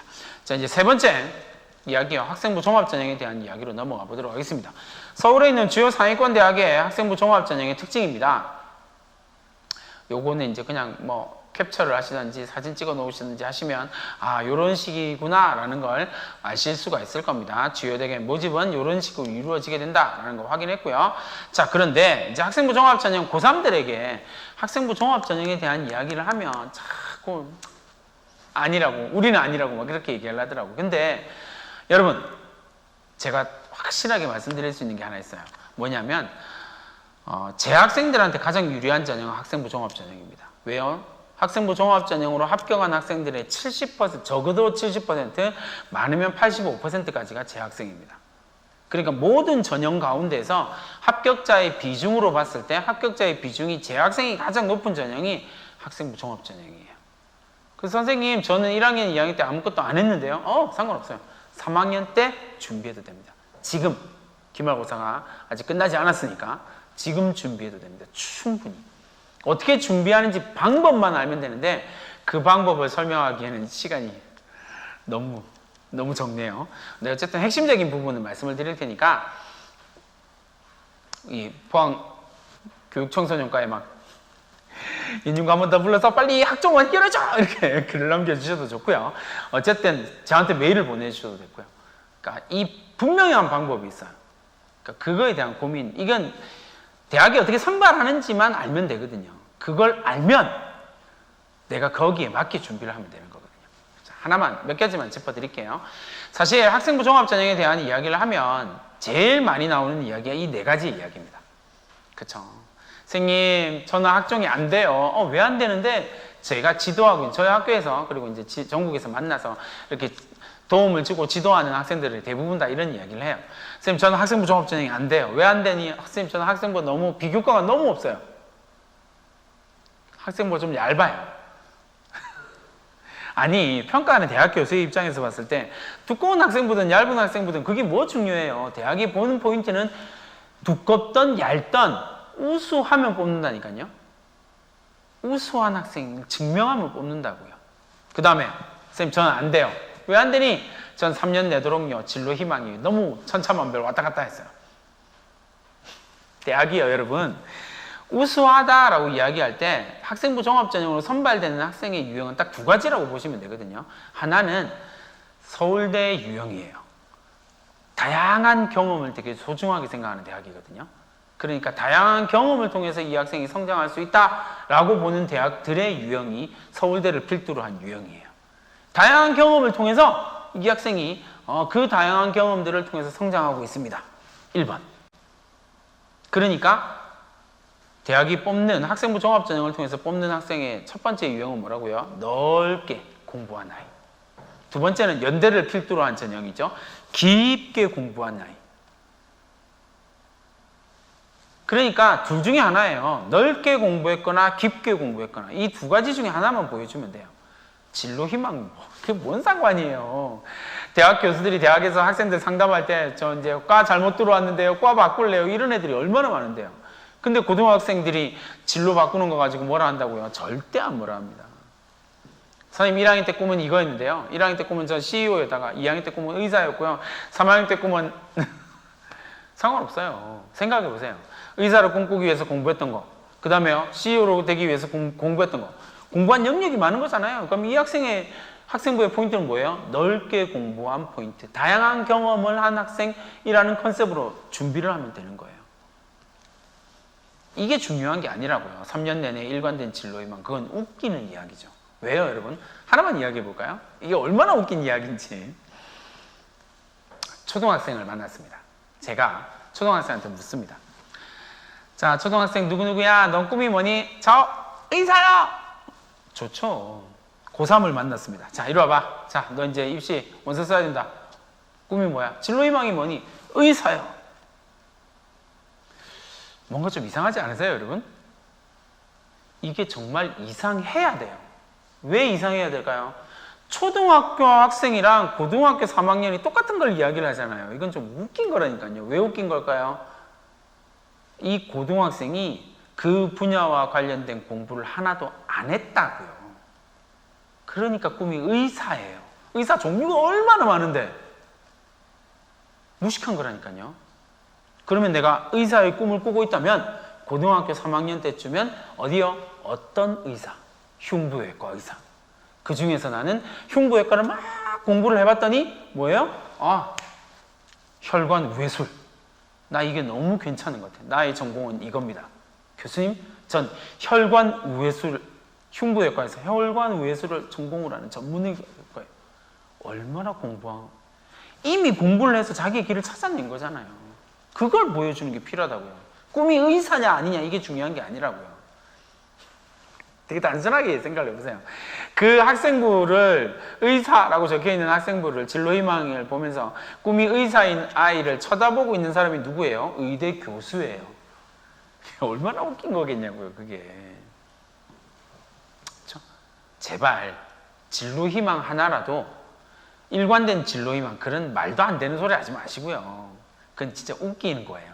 수준 떨어지는 거고요.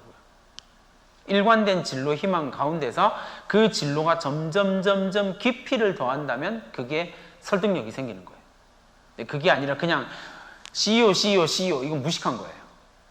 제가 교수잖아요. 절대 안 뽑아요. 이런 무식한 놈 어디서? 그렇잖아요. 예를 들어서 내가 꿈이 CEO야 진짜. 그럼 뭐 해야 돼요? CMO요, CFO요, CSO요. 들어본 적도 없고 뭔지도 모르시겠죠? 왜 모를까요? 그 분야를 공부 안 하셨으니까 당연히 모르죠. 근데 내가 그 분야를 경영자가 되기 위해서 경영 공부를 했어요. 그러면 CMO는 당연히 알아듣죠. 마케팅 최고 관리자. 꿈이 CEO가 아니라 CMO라고 적히는 순간 이 학생은 이 분야에 대한 공부를 한 거라고요. 그러면 완전히 보는 시각이 달라진다고요. 이게 학생부예요. 어디 지금 일관된 웃기고 있네. 그죠? 누구보다 많은 활동 개수. 제가 대학을 보낸 학생들 그리고 실제로 대학에서 선발하는 학생들 가운데 활동 개수 적은 아이들 많아요. 왜냐하면 활동 개수를 아니 상식적으로 생각해 보세요. 대학 교수 입학사정관들이 그 똑똑한 양반들이 대학 교수들이 활동 개수가 몇 개인지 세고 있는 거 생각해 보세요. 누가 그걸 세요? 안 센다니까요. 포인트는 뭐예요? 그 활동을 통해서 이 학생이 어떤 역량, 우수함을 보여줬냐라는 거예요. 그게 포인트라고요. 그러니까 내가 활동 개수 비교과가 적어서 전 학생부 종합 전형을 못 써요. 에휴, 수준 떨어져. 학종을 이해를 못하고 있는 거예요. 그러니까 지금 고등학교 3학년 때 한두 개의 활동으로 내가 이전의 고등학교 생활과 완전히 달라진 결심을 하고 활동을 하고 있다는 걸 증명하기만 하면 돼요. 전 그렇게 증명해서 많이 보냈거든요. 제가 일이 엄청 많아서 저희 학교 학생들도 1학년, 2학년들은 저를 못 만나거든요. 저랑 상담을 할 수가 없어요. 오로지 상담은 누구만 하냐면 고3들만 해요. 그러면 다른 말로 하면요. 제가 학생들을 실제로 만나서 컨트롤하고 지도하는 건 고3 때가 다 해요. 근데 그 학생들 어마어마한 좋은 대학들 보내거든요. 왜 보내요? 저는 학생부 종합전형을 이해를 하고 있으니까요. 활동 개수 많은 거 아무 의미가 없어요. 그게 왜 의미가 있어요? 이 학생이 어떤 능력을 가지고 되게 단순하게 생각해 보세요. 앞에 똑같은 질문 하나 해볼게요. 창의력은 활동 개수로 측정할 수 있을까요? 없을까요? 당연히 없죠. 그걸 누가 활동 많이 너는 활동을 많이 했으니까 창의력이 뛰어난 아이구나. 누가 그런 이야기를 해요? 그건 무식한 거죠. 아니라고요. 아시겠죠? 그렇다면 내가 지금 고3 때 얼마 남지 않은 이 시기에 여름방학 때까지거든요. 8월 30일까지 학생부 마감이니까 그 전에 내가 어떤 특정한 활동을 통해서 나의 능력을 증명하기만 하면 돼요. 어떤 활동을 하면 되는지는 좀 이따 보여드릴게요. 수상 실적도 마찬가지예요. 아니, 누가 상 많다고 우수한 학생이라고 생각하냐고요. 어제 자소서 이야기를 강의를 들으셨는데 제가 안 들어서 뭐라고 했는지 모르겠지만 현란한 문체의 자소서요. 자소서를 잘 쓰면 대학을 합격합니다. 웃기고 있네요. 그런 게 어디 있어요. 말도 안 되는 소리예요.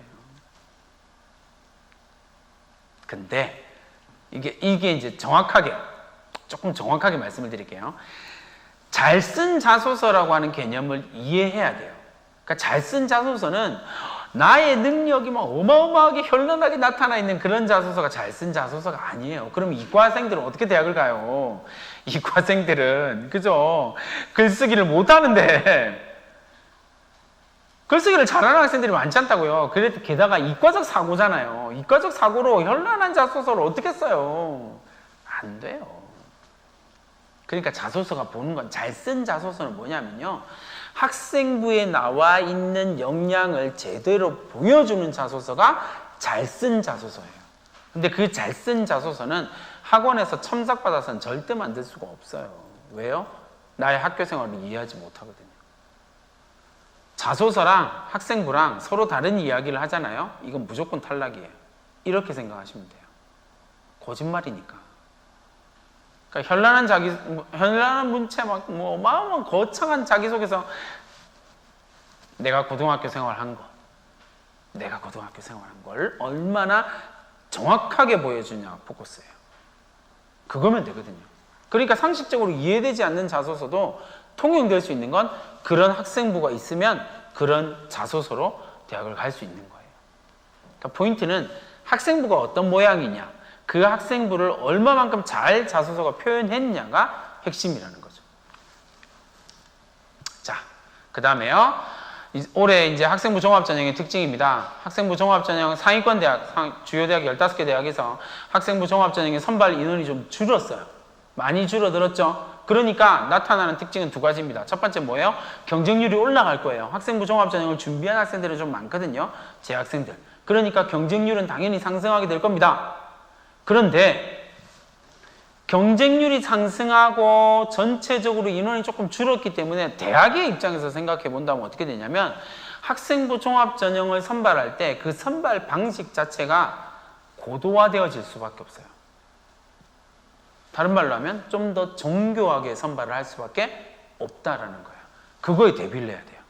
그러니까 전년도에 학생부 종합전형을 준비하는 방법보다는 조금 더 정교하고 고도화된 방법으로 준비를 해야 된다는 거죠. 자, 두 번째요. 수능 최저학력 기준을 적용하는 대학이 여전히 남아있긴 합니다. 그러니까 이건 확인해서. 그 다음에 부모님들이나 학생들이 생각하는 건 전혀 다르게 합격자의 내신 범위가 매우 넓어요. 1등급에서 당연히 1등은 1등급이겠죠. 1등급에서 5등급까지가 일반적인 내신 범위예요. 선발 범위라고 보시면 됩니다. 일반계 고등학교를 기준으로 했을 때요.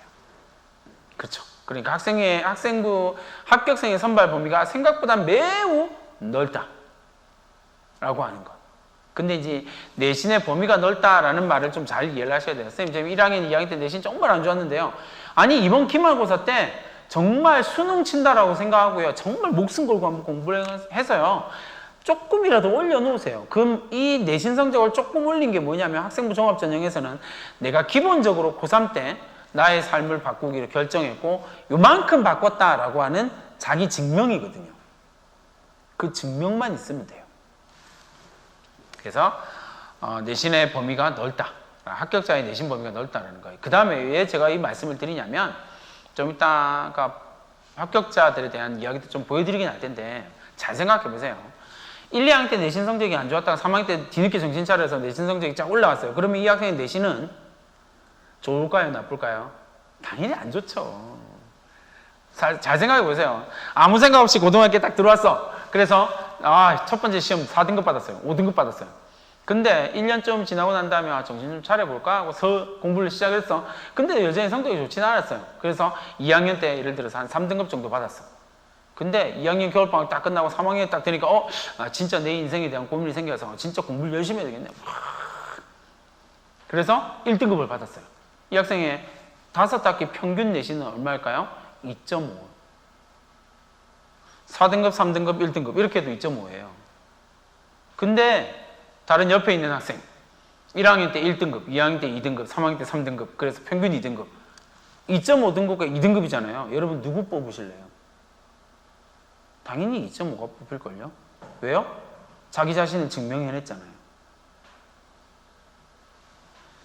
그러니까 부모님들이나 학생들이 생각하는 것하고 다르게 내신은 2.5, 2.4 이게 중요한 게 아니고요. 성적 추이가 어떻게 되는지 아니면 어떤 과목을 선택했길래 이렇게 된 건지 이런 것들이 다 반영된다고요. 그러니까 내신 범위는 당연히 넓을 수밖에 없다고요. 뒤늦게 공부한 학생들이 성적을 끌어올려서 자신을 증명하는 것까지 다 포함하거든요. 예를 들어 볼까요? 또 다른 사례도 이런 거 있죠. 확률과 통계 1등급을 받은 학생하고요. 미적분 2등급을 받은 학생이 있습니다. 이 둘이 똑같은 과에 지원을 했어요. 수학적 역량이 중요한 과입니다. 경제학과 생각해 봅시다. 그래서 경제학과를 지원하는데 한 학생은 인문계열 학생이라서 확률과 통계를 선택해서 1등급 받았고요. 한 학생은 이공계열 쪽 선택해서 미적분 선택해서 2등급을 받았습니다. 자, 질문. 누가 수학적 역량이 더 뛰어날까요? 확률과 통계 1등급 받은 학생이랑 미적분 2등급 받은 학생, 누가 수학적 역량이 더 뛰어날까요? 당연히 미적분 2등급이 뛰어납니다. 농담이 아니에요. 미적분 2등급 받은 학생이 확률과 통계를 선택했잖아요. 무조건 1등급 받아요. 수학적 역량 자체가 다르다니까요. 그러면 누가 더 우수한 거예요? 2등급이 더 우수한 거네요. 근데 학생부 교과 전형으로 선발하잖아요. 누가 뽑혀요? 확률과 통계 1등급이 뽑혀요. 이게 정량평가가 가지고 있는 한계라고요. 객관식이 가지고 있는 한계라고요. 더 뛰어난 능력을 가지고 있는 2등급 학생을 선발할 수가 없다고요. 근데 학종은 이걸 하는 거예요. 미적분 2등급을 선발한다니까요. 이해됐어요? 그 부분에 대한 고민이 필요하다고요. 그거 없이 막 불공정하다는 말에 막 웃기고 있네요. 무식하니까 그런 이야기를 할 수 있는 거예요. 그 모든 것들을 종합적으로 검토해서 선발을 하는 거라고요. 자, 학종 준비의 전문화가 좀 진행이 되고 있습니다. 이미 이제 제 학생들 가운데서는 꾸준히 학생부 종합전형을 준비한 학생들이 좀 있거든요. 그러니까 전략이 매우 중요하다는 거예요. 지금이라도 그 전략을 제대로 만들어내는 게 필요하다고요. 고3이라도. 그 다음에 이게 이제 조금 고민거리예요. 올해 수시에서는 아무래도 하향 지원을 할 것이다. 하향 지원이 조금 더 많을 것이다. 라 지금 예측하고 있거든요. 왜냐하면 정시 상황이 공통과목, 선택과목 때문에 녹록치 않아서 특히나 인문계열 학생들은 수시에서 무조건 붙겠다. 특히나 학종에서 무조건 붙겠다라는 생각으로 하향 지원이 조금 더 많아질 거라고 예측하고 있거든요. 그러니까 그 부분에 대한 준비도 좀 필요하다라는 것까지 기억을 해두시면 좋을 것 같습니다. 자, 학생부 종합전형을 학생을 선발하는 대학의 예시를 살펴봅니다. 고려대학교입니다. 고려대학교는 이런 기준을 가지고 학생을 선발한다는데 거짓말. 이거 그냥 상투적인 말이에요. 추상적으로 이런 학생이었으면 좋겠다라는 선언적인 거지 실제로 이런 학생들을 왜 이런 학생은 별로 없거든요. 별로 없는지는 잘 모르겠는데 제가 20년 가까이 20년 넘게 교사 생활을 해봤는데 이런 학생은 없더라고요. 없어요. 그러니까 실제로 대학이 뽑고 싶은 건 학생은 어떤 학생이냐면요. 이런 학생이에요. 졸업 후에 대학을 빛낼 수 있는 학생. 그러니까 모든 대학이요. 위에 추상적으로 학생을 선발하고 싶은 학생들이 쭉 있고요. 실제로 그 학생부 종합전형 책자를 보면 실제로 이 대학이 선발하고 싶은 학생을 꼭 이렇게 표시를 해놨어요. 이건 모든 대학이 다 표시해놨거든요. 그러니까 졸업 후 대학을 빛낼 수 있는 대학, 학생 이런 걸 이게 있다라는 이야기가 아니고요. 고려대학처럼 이 네 번째에 해당되는 각 대학의 평가 선발하고자 하는 학생들이 정확하게 나와 있어요. 나와 있다고요. 그걸 준비를 하는 거죠. 자, 되게 중요한 이야기를 하나 말씀을 드릴게요. 학생부 종합전형은요. 시험일까요? 아닐까요? 빨리 채팅창에 글 올려주세요. 학생부 종합전형은 이 강의를 듣고 있는 이 특강을 듣고 있는 모든 분들 빨리 대답해 주세요. 제 강의를 잘 듣고 있는지 확인하기 위해서. 학생부 종합전형은 시험이다? 아니다. 시험이다? yes. 시험 아니다? no. 빨리. 좋아요. 빨리. 잘 올라오고 있습니다. 빨리 올려주세요. 좋아요. 자, 학생부 종합전형은요. 시간이 없어서 안 그러면 좀 더 할 텐데. 학생부 종합전형은 시험입니다. 왜요? 전형이거든요. 그러니까 당연히 시험이죠. 그러니까 시험이기 때문에 뭐가 존재한다고요? 평가 요소가 있는 거예요. 자, 이게 잘 이해가 안 되시면 되게 단순하게 이해하기 쉽게 말씀을 드릴게요. 영어 시험을 칩니다. 영어 시험의 평가 요소는 뭘까요?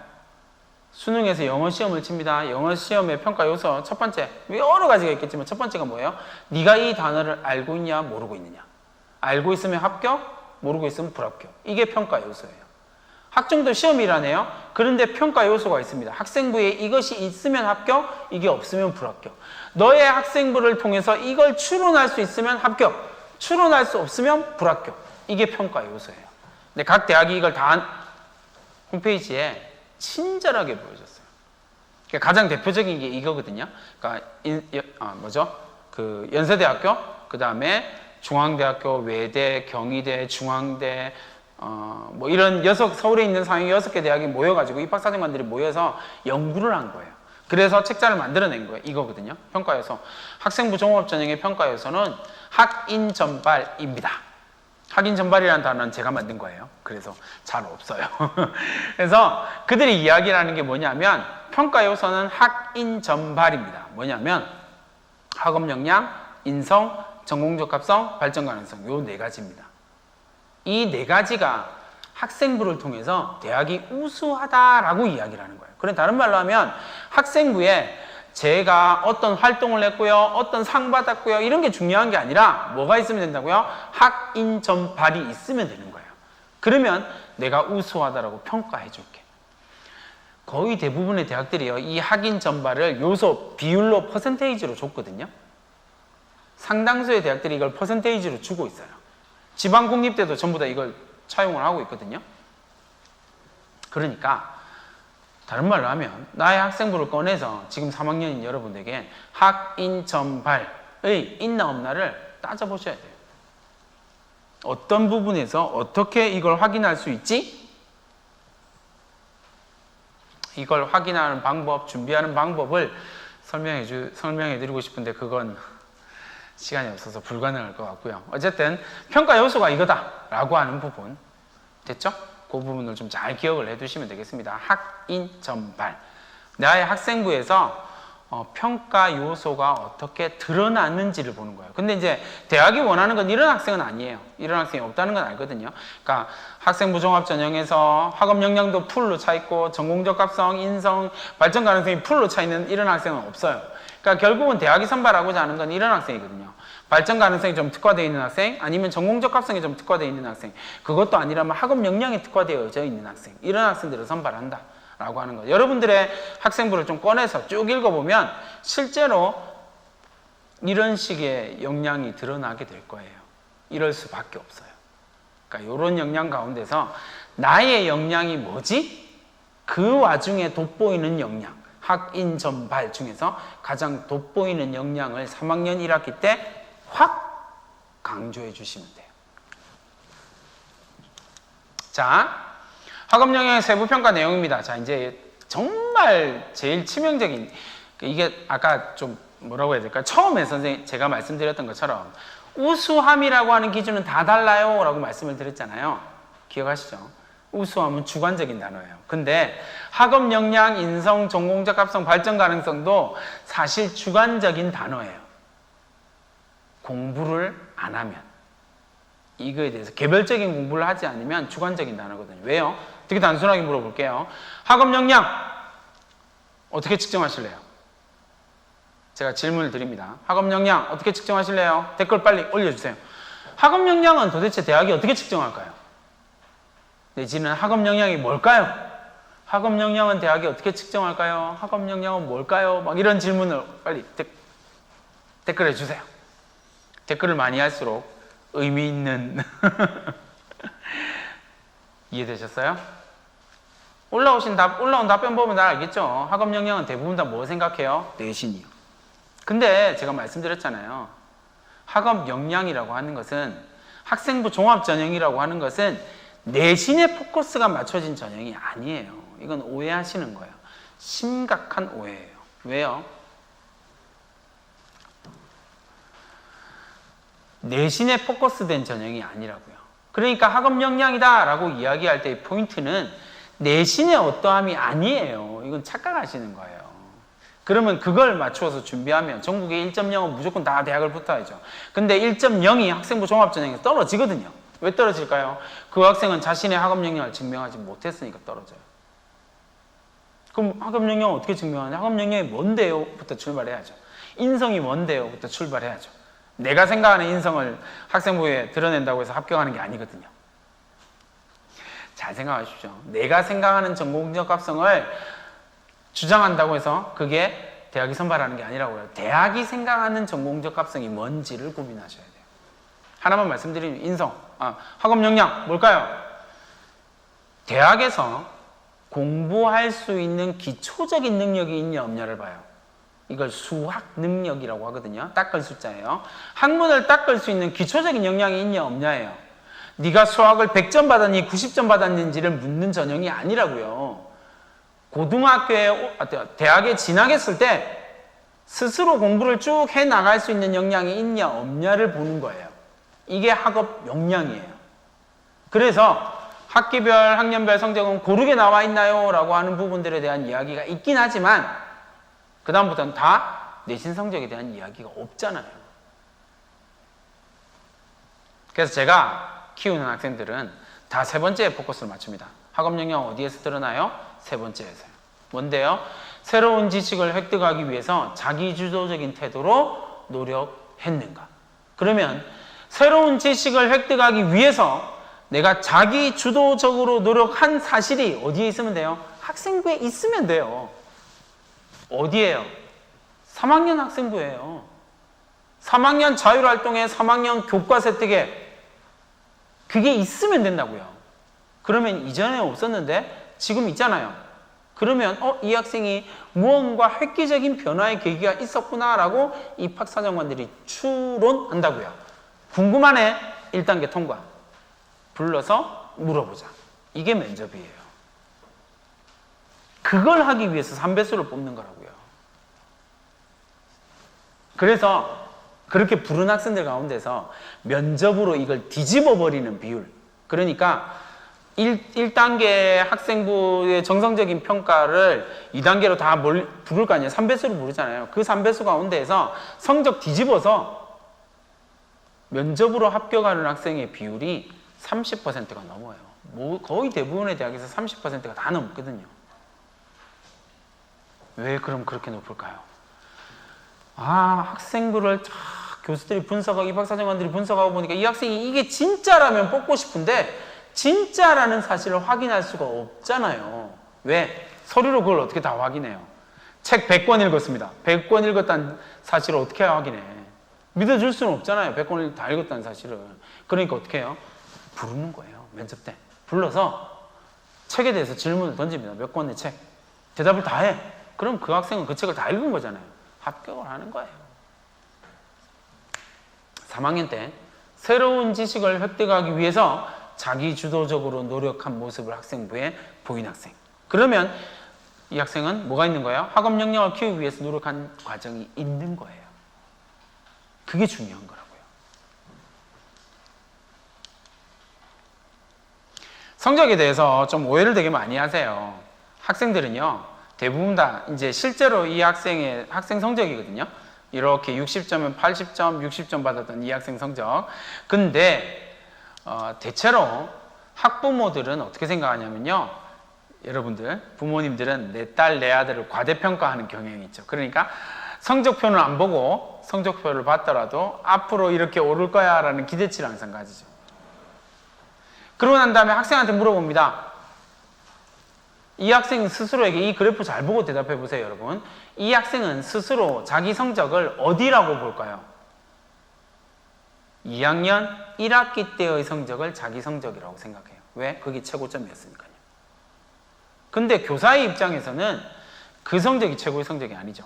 교사의 입장에서는 대략 이 학생들이 한 70점대에서 움직이고 있구나라는 사실을 이야기할 수밖에 없는 거예요. 그러니까 입시 전략을 짤 때 3학년 담임은 70점대에 맞는 대학을 이야기를 할 수밖에 없는 거예요. 근데 부모는 90점대의 대학을 이야기를 하죠. 가능성을 보고. 학생은 자기가 제일 잘 받았던 80점대를 이야기를 하는 거고, 그게 문제가 생기는 거라는 거죠. 현실적인 부분들에 대한 고민을 좀 하셔야 됩니다. 자, 지원자 A와 지원자 B를 한번 보세요. 지원자 A는 등급이 21212이고요. 지원자 B는 등급이 11111이에요. 누가 더 우수해 보이세요? 당연히 지원자 B가 우수해 보이시죠? 네, 그럴 거예요. 근데 현실은요, 아니라니까요. 왜 아닐까요? 내신 등급은요, 입학사정관들이 제일 안 보는 데이터 중에 하나예요. 내신 등급은요. 왜? 크게 의미가 없거든요. 왜냐하면 원점수를 한번 보여드릴게요. 이 원점수를 봤던 이 학생은요, 87, 100, 90, 100, 93을 받았고요. 지원자 B는요, 89, 88, 91, 87, 94를 받았어요. 그러니까 예를 들어서 맨 앞에 과목이 국어다라고 이야기를 하면 지원자 A는 국어에서 87점을 받아서 2등급, 그 다음에 지원자 B는 89점을 받아서 1등급이에요. 결국 내신에서 한 문제, 실수했느냐 안 했느냐에 따라서 등급이 갈라진 거죠. 1등급 문 닫은 아이, 2등급 문 연 아이. 누가 더 우수할까요? 측정할 수 없음. 이게 학종의 입장이에요. 이게 이런 상황에서 1등급이니까 2등급보다 우수해. 교과, 학생부 교과의 시선이고요. 알 수 없음이 학종의 시선이라는 거예요. 그러니까 이 시선을 가지면 이 학생의 전반적인 모습들이 보이기 시작해요. 그 부분에 대한 고민이 좀 있으셔야 된다는 겁니다. 자, 참고로 제가 올해 K대학, 그 대학입니다. 그 대학에 보낸 학생들의 내신 분포도를 한번 보여드릴게요. 자, A 학생입니다. 제가 무척 아끼고 사랑했던 학생이죠. 3.5에서 1.5까지 성적을 올렸습니다. 쭉 올라간 성적 보이시죠? 당연히 고대 합격. B 학생입니다. 학생들이 가장 많이 보이는 유형의 성적 유형입니다. 이른바 M자형 성적입니다. 그렇죠? 올랐다가 떨어졌다가 올랐다가 떨어졌다가 왔다 갔다 왔다 정신 못 차리고 있는 성적. 고려대 합격. 그 다음에 세 번째 학생이요. 세 번째 학생도 학생들이 좀 많은 유형이죠. W자형입니다. 올랐다가 떨어졌다가 올랐다가 떨어졌다가 올랐다가. 그죠? 이 학생도 고대 합격. 그러니까 결국 보세요. 1.5도 합격하고 2.7도 합격을 했습니다. 1.5의 내신도 합격했고요. 최종으로 봤을 때 1.5의 내신도 합격하고 2.7의 내신도 합격했어요. 내신이 절대적인 기준이 되지 못한다는 거 확 알 수 있으시겠죠. 잘 생각하세요. 그럼 이 아이는 그 다음 질문이 이거죠. 그렇다면 이 아이는 어떤 역량을 증명했기에 갈 수 있었지? 이게 우리의 질문이어야 돼요. 제가 뭔가를 엄청 잘하는 게 아니라 제가 항상 하는 질문이 이거거든요. 네가 가지고 있는 능력은 뭐니? 넌 뭘 잘하는 것 같아? 그걸 잘하기 위해서는 어떤 능력이 필요해? 그 어떤 능력은 학생부에서 어떻게 드러났어? 너 이 동아리 왜 했니? 너 이 활동에 왜 참여했어? 근데 왜 그 많은 활동 중에 이렇게 질문을 하면 90%의 학생들은 대부분 다 친구 따라서요 라고 대답합니다. 그럼 이제 거기서 질문이 끝나버리면 얘는 답이 없는 거고요. 그 다음 질문 던지셔야죠. 아니, 친구들도 여러 친구가 있을 테고 그 친구가 선택한 활동도 여러 가지가 있을 텐데 굳이 그 친구가 선택한 그 활동을 한 이유가 뭐야?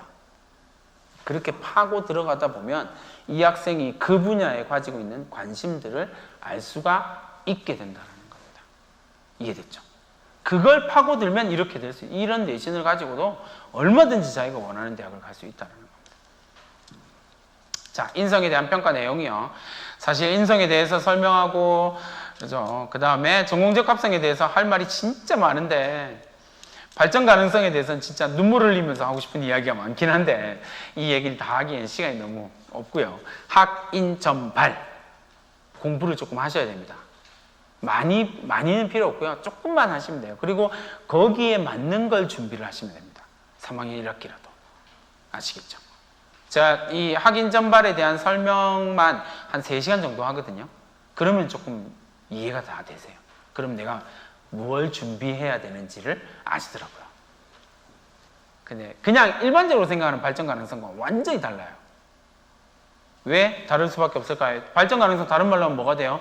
잠재력이요. 근데 우리 이제 여러분들 자녀들이 학생들이 가지고 있는 학생부에 제일 많이 적히는 단어 중에 하나가 잠재력이라는 단어거든요. 농담이 아니에요. 선생님들의 입장에서는요. 저도 선생님이잖아요. 선생님들의 입장에서는 학생부에 나쁜 말을 적을 수가 없어요. 이건 아시죠? 대한민국의 학생부만 딱 놓고, 학생은 안 보고요. 학생부만 딱 놓고 보면요. 대한민국은 전 세계 최고 1등 국가예요. 어찌나 미래가 밝은지, 어찌나 우수한 학생들만 있는지 말할 수 없이 전부 다 특출나고요. 전부 다 월등하고요. 전부 다 모범적이고, 전부 다 뛰어난 학생밖에 없어요. 왜요? 나쁜 말을 적을 수가 없거든요. 그러니까 입학사정관이 평가하는 입학사정 입장에서는 학생부에 나와 있는 내용은 전부 다 진실로 받아들이는 그런 말도 안 되는 입학사정관은 없다고요. 자, 지금 나한테 너무 괴롭히는 이 학생은요. 지금 정말 답이 없는데 나중에는 어떻게 될지 모르잖아요. 그죠? 그러니까 지금 정말 답이 없는데 지금 정말 날 너무 괴롭히고 진짜 나쁜 놈인데 뭐라고 적어줘요? 잠재력이 뛰어나며 적어준다고요. 미래는 달라지겠지라는 희망을 가지고요. 그렇게 적어준다고요. 그러니까 발전 가능성, 잠재력이라는 단어가 이렇게 남용되고 있다고요. 그러니까 그 잠재력, 발전 가능성만 생각하고 학생부에 잠재력인 단어 엄청 많아요 라고 이야기를 하면 당연히 학종에서 떨어지죠. 학종에서 말하는 학생부 발전 가능성, 잠재력은 그런 단어가 아니거든요. 증명된 그 증명에 대한 이야기를 좀 하고 싶은데 시간이 너무 없어요. 질문도 받아야 되고 하니까. 자, 자율활동이 어떻게 기록되어 있는지 하나만 이제 되게 중요한 이야기, 진짜 중요한 얘기예요. 이게 대부분의 고등학교에서 기록되는 학생부의 자율활동 기록이거든요. 정말 많이 적혀 있네요 라고 되겠지만 실제로 입학사정관들이 보는 화면은 이거예요. 왜요? 나머지는 뭘까요? 복사해서 붙여넣기 한 거라서 의미가 없기 때문에 평가 대상에서 뺍니다. 모든 학생한테 기록되어 있는 거 복사해서 붙여넣기 한 건 평가할 수가 없는 거거든요. 왜냐하면 이 학생도 갖고 있고 이 학생도 갖고 있고 이 학생도 갖고 있다면 이건 의미 없는 평가거든요. 그러니까 싹 걷어냅니다. 다 빼고 나면 이렇게 보이는 거예요. 그럼 입학사정관이 이 학생에 대해서 학생부를 딱 봤더니 이렇게 나와요. 그러면 평가할 게 있어요? 없어요? 없죠. 그러니까 탈락이에요. 평가할 게 없으니까 탈락. 좀 미안한 이야기지만 전체 학생부의 학생부 종합전형 지원자의 40% 정도가 이렇게 학생부가 빈칸투성입니다. 그래서 탈락합니다. 내 학생부가 복사해서 붙여넣기 된 학생부가 아닌지를 확인하는 게 정말 중요하다고요. 그러려면 내가 무언가를 해야겠죠. 내가 무언가를 해서 기록되기만 하면 된다는 겁니다. 그러면 완전히 평가 대상이 될 거 아니에요. 그럼 성공하는 거죠. 그걸 만들어내는 게 필요하다는 겁니다. 블라인드 평가가 이루어집니다. 학종에 대해서요. 서류에 대해서 블라인드 평가가 이루어집니다. 그러니까 대학의 입장에서는 학교가 무엇을 해줬느냐, 제공해줬느냐 관심 없어요. 블라인드 평가니까 그 고등학교에 대한 이야기는 다 빠져버리거든요. 뭐가 중요해요?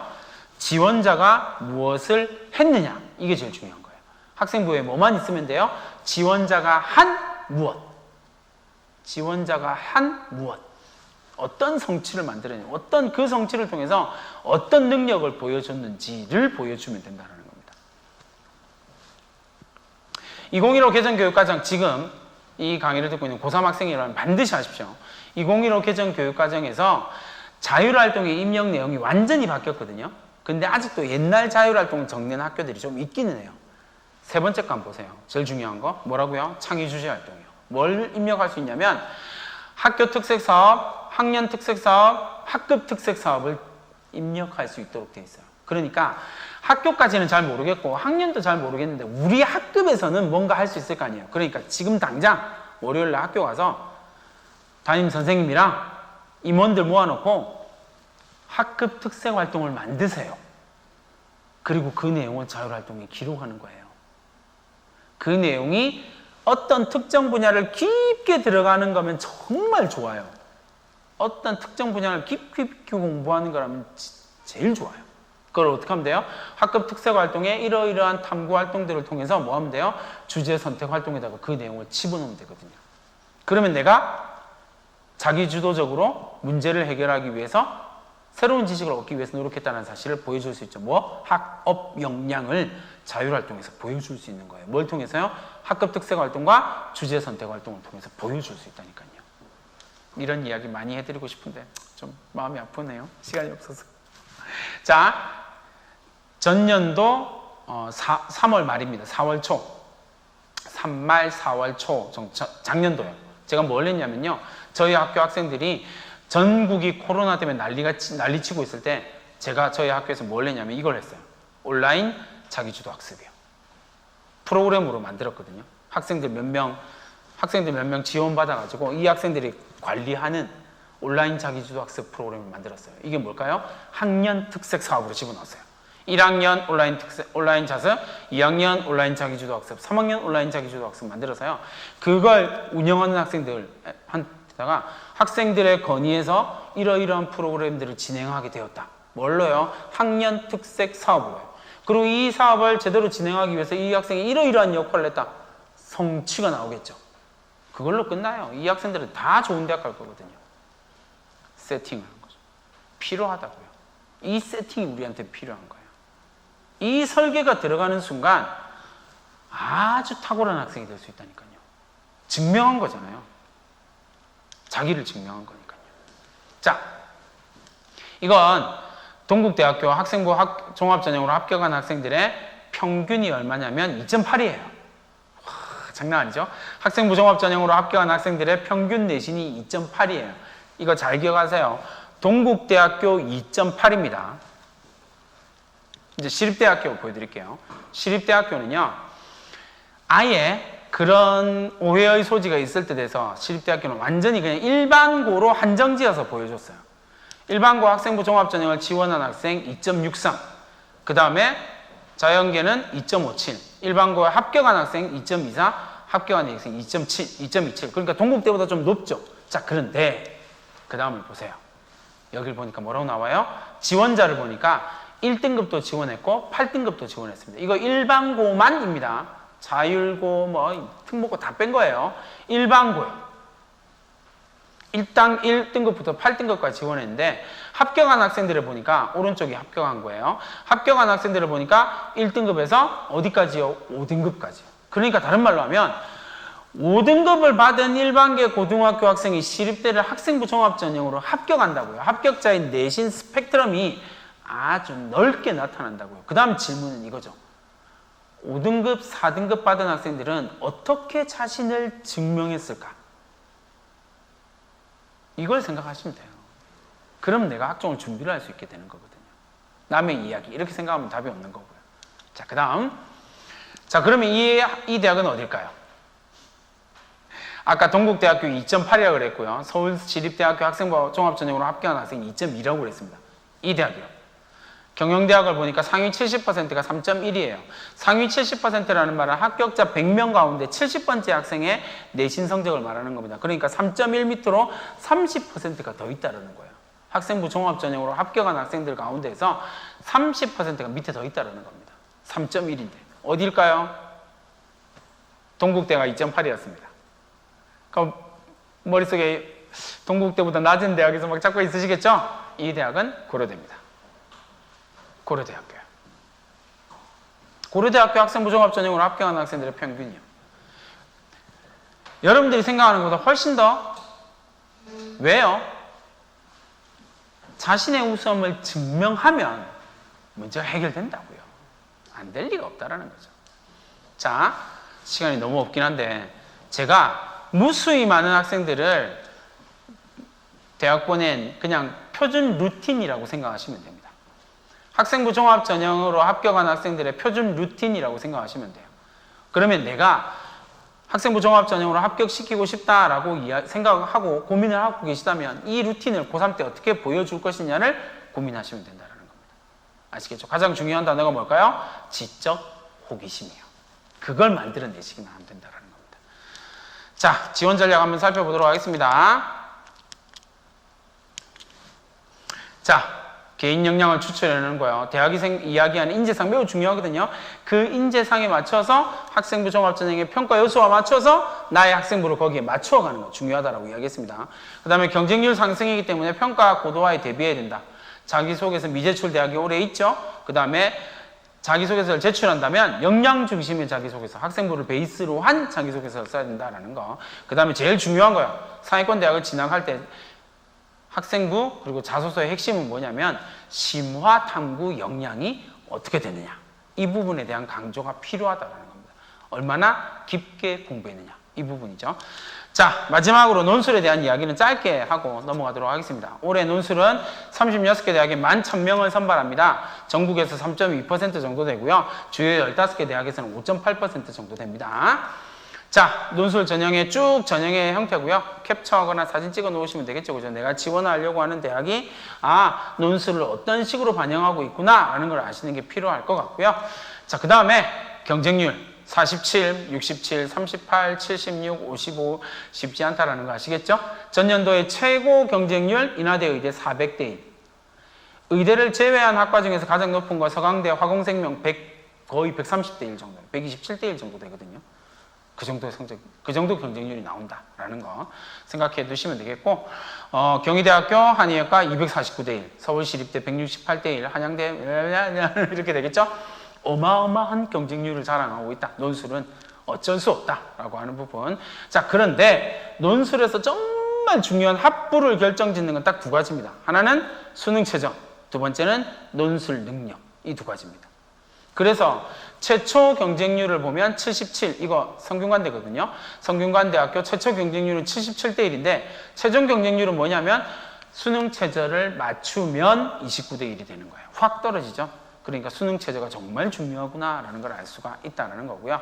그 다음에 논술 막 고민하시는데, 논술 내신 걱정하시는데, 사실 내신은요, 변별력이 거의 없다라고 생각하시면 돼요. 어디까지요? 5등급까지는, 내신 5등급까지는 변별력이 거의 없다라고 생각하시면 돼요. 210점, 208점이에요.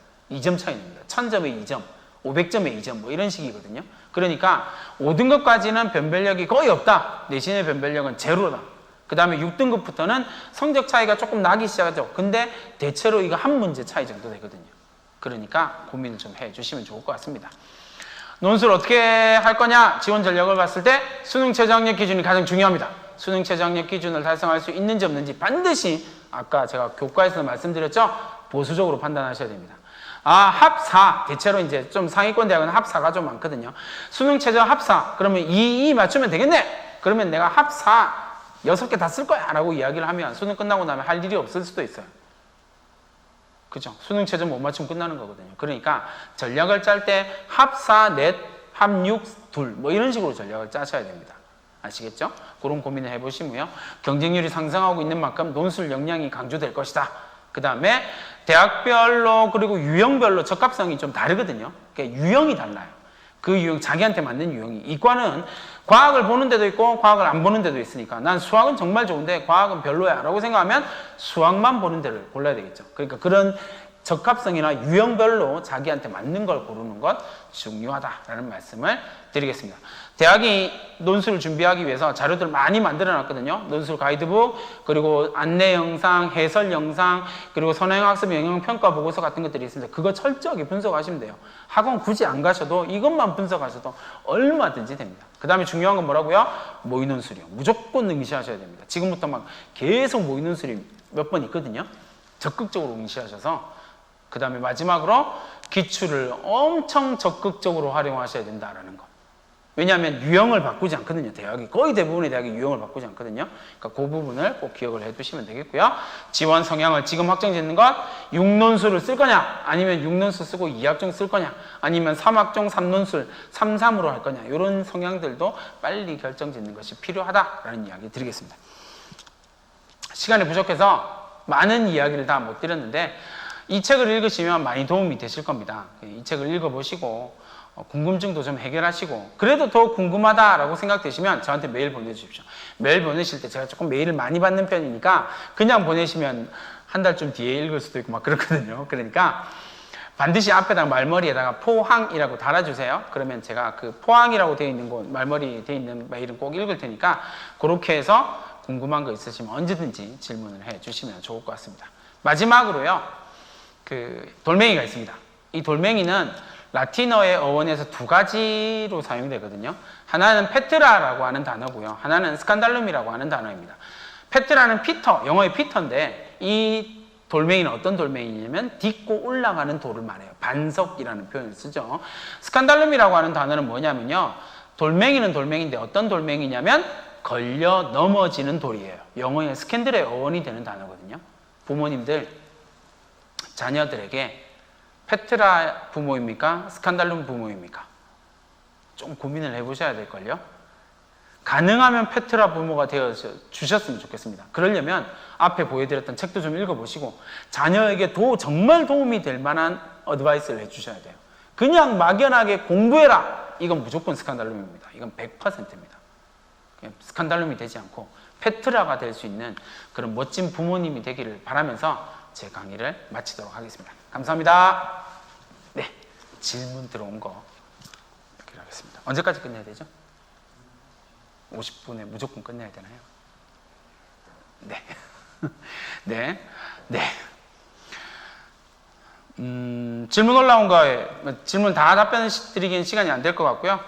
보고 답변을 드리도록 하겠습니다. 1번 상위권대학 학생부 종합전형에서 수능 최저 학력 기준이 사라지고 있는데 학생부 종합전형 내신 평균, 등급 평균이 상승할까요? 아니요. 제가 이거 확실하게 말씀드릴 수 있습니다. 어디 학원에서 어디에서 계속 내신 강조하는 사람들의 공통점이 좀 있거든요. 근데 내신 중요하죠. 중요하지 않다라는 이야기를 하는 게 아니에요. 수능 최저학력 기준이 없어진다라는 말은 다른 말로 하면 뭐냐면요. 대학의 입장에서 말씀드릴게요. 대학의 입장에서 수능 최저학력 기준을 없애는 이유는 딱 하나입니다. 우리가 학생부 종합 전형에 대한 평가가 어마어마하게 자신 있을 때 수능 최저를 없앱니다. 그리고 수능 최저를 없앴다가 다시 돌아오는 대학들은 그 자신감이 조금 줄어든 대학들이에요. 공통적인 겁니다. 농담 진짜로 그래요. 입학사정관들 만나면 수능 최저 학력 기준 왜 없앴어요? 이유는 딱 하나입니다. 그러니까 내신 등급이 올라갈 일은 없습니다. 이해됐죠? 자, 2번 자기소개서와 면접이 사라지는 추세인데 교과와 학교 선택에 신경을 많이 쓰는 것이 답일까요? 서류 전형에서 사실상 결정이 나는 거겠죠? 네, 교과와 이제 세특 중심이라고 이게 오늘 시간이 없어서 다 말씀을 못 드렸는데 세특 중심이라고 생각하시면 됩니다. 세특이요. 과목당 500자거든요. 근데 고등학생들이 대체로 졸업할 때까지 40과목 정도를 들어요. 그럼 500자 곱하기 40과목 하면 2만자거든요. 거기에 예체능까지 하면 2만 3천자예요. 2만 3천자 가지고 이 학생의 우수함을 설명 못할 이유가 없어요. 근데 다만 필요한 건 뭐냐면 그냥 무턱대고가 아니에요. 무턱대고 훌륭한 학생 탈락. 이거 제가 장담할 수 있습니다. 무턱대고 훌륭한 학생 무조건 탈락. 설계가 돼야 됩니다. 그 설계 어떻게 할까요? 나의 역량을 어떻게 설계해서 보여줄까를 고민하셔야 됩니다. 그 부분이 제일 중요한 거거든요.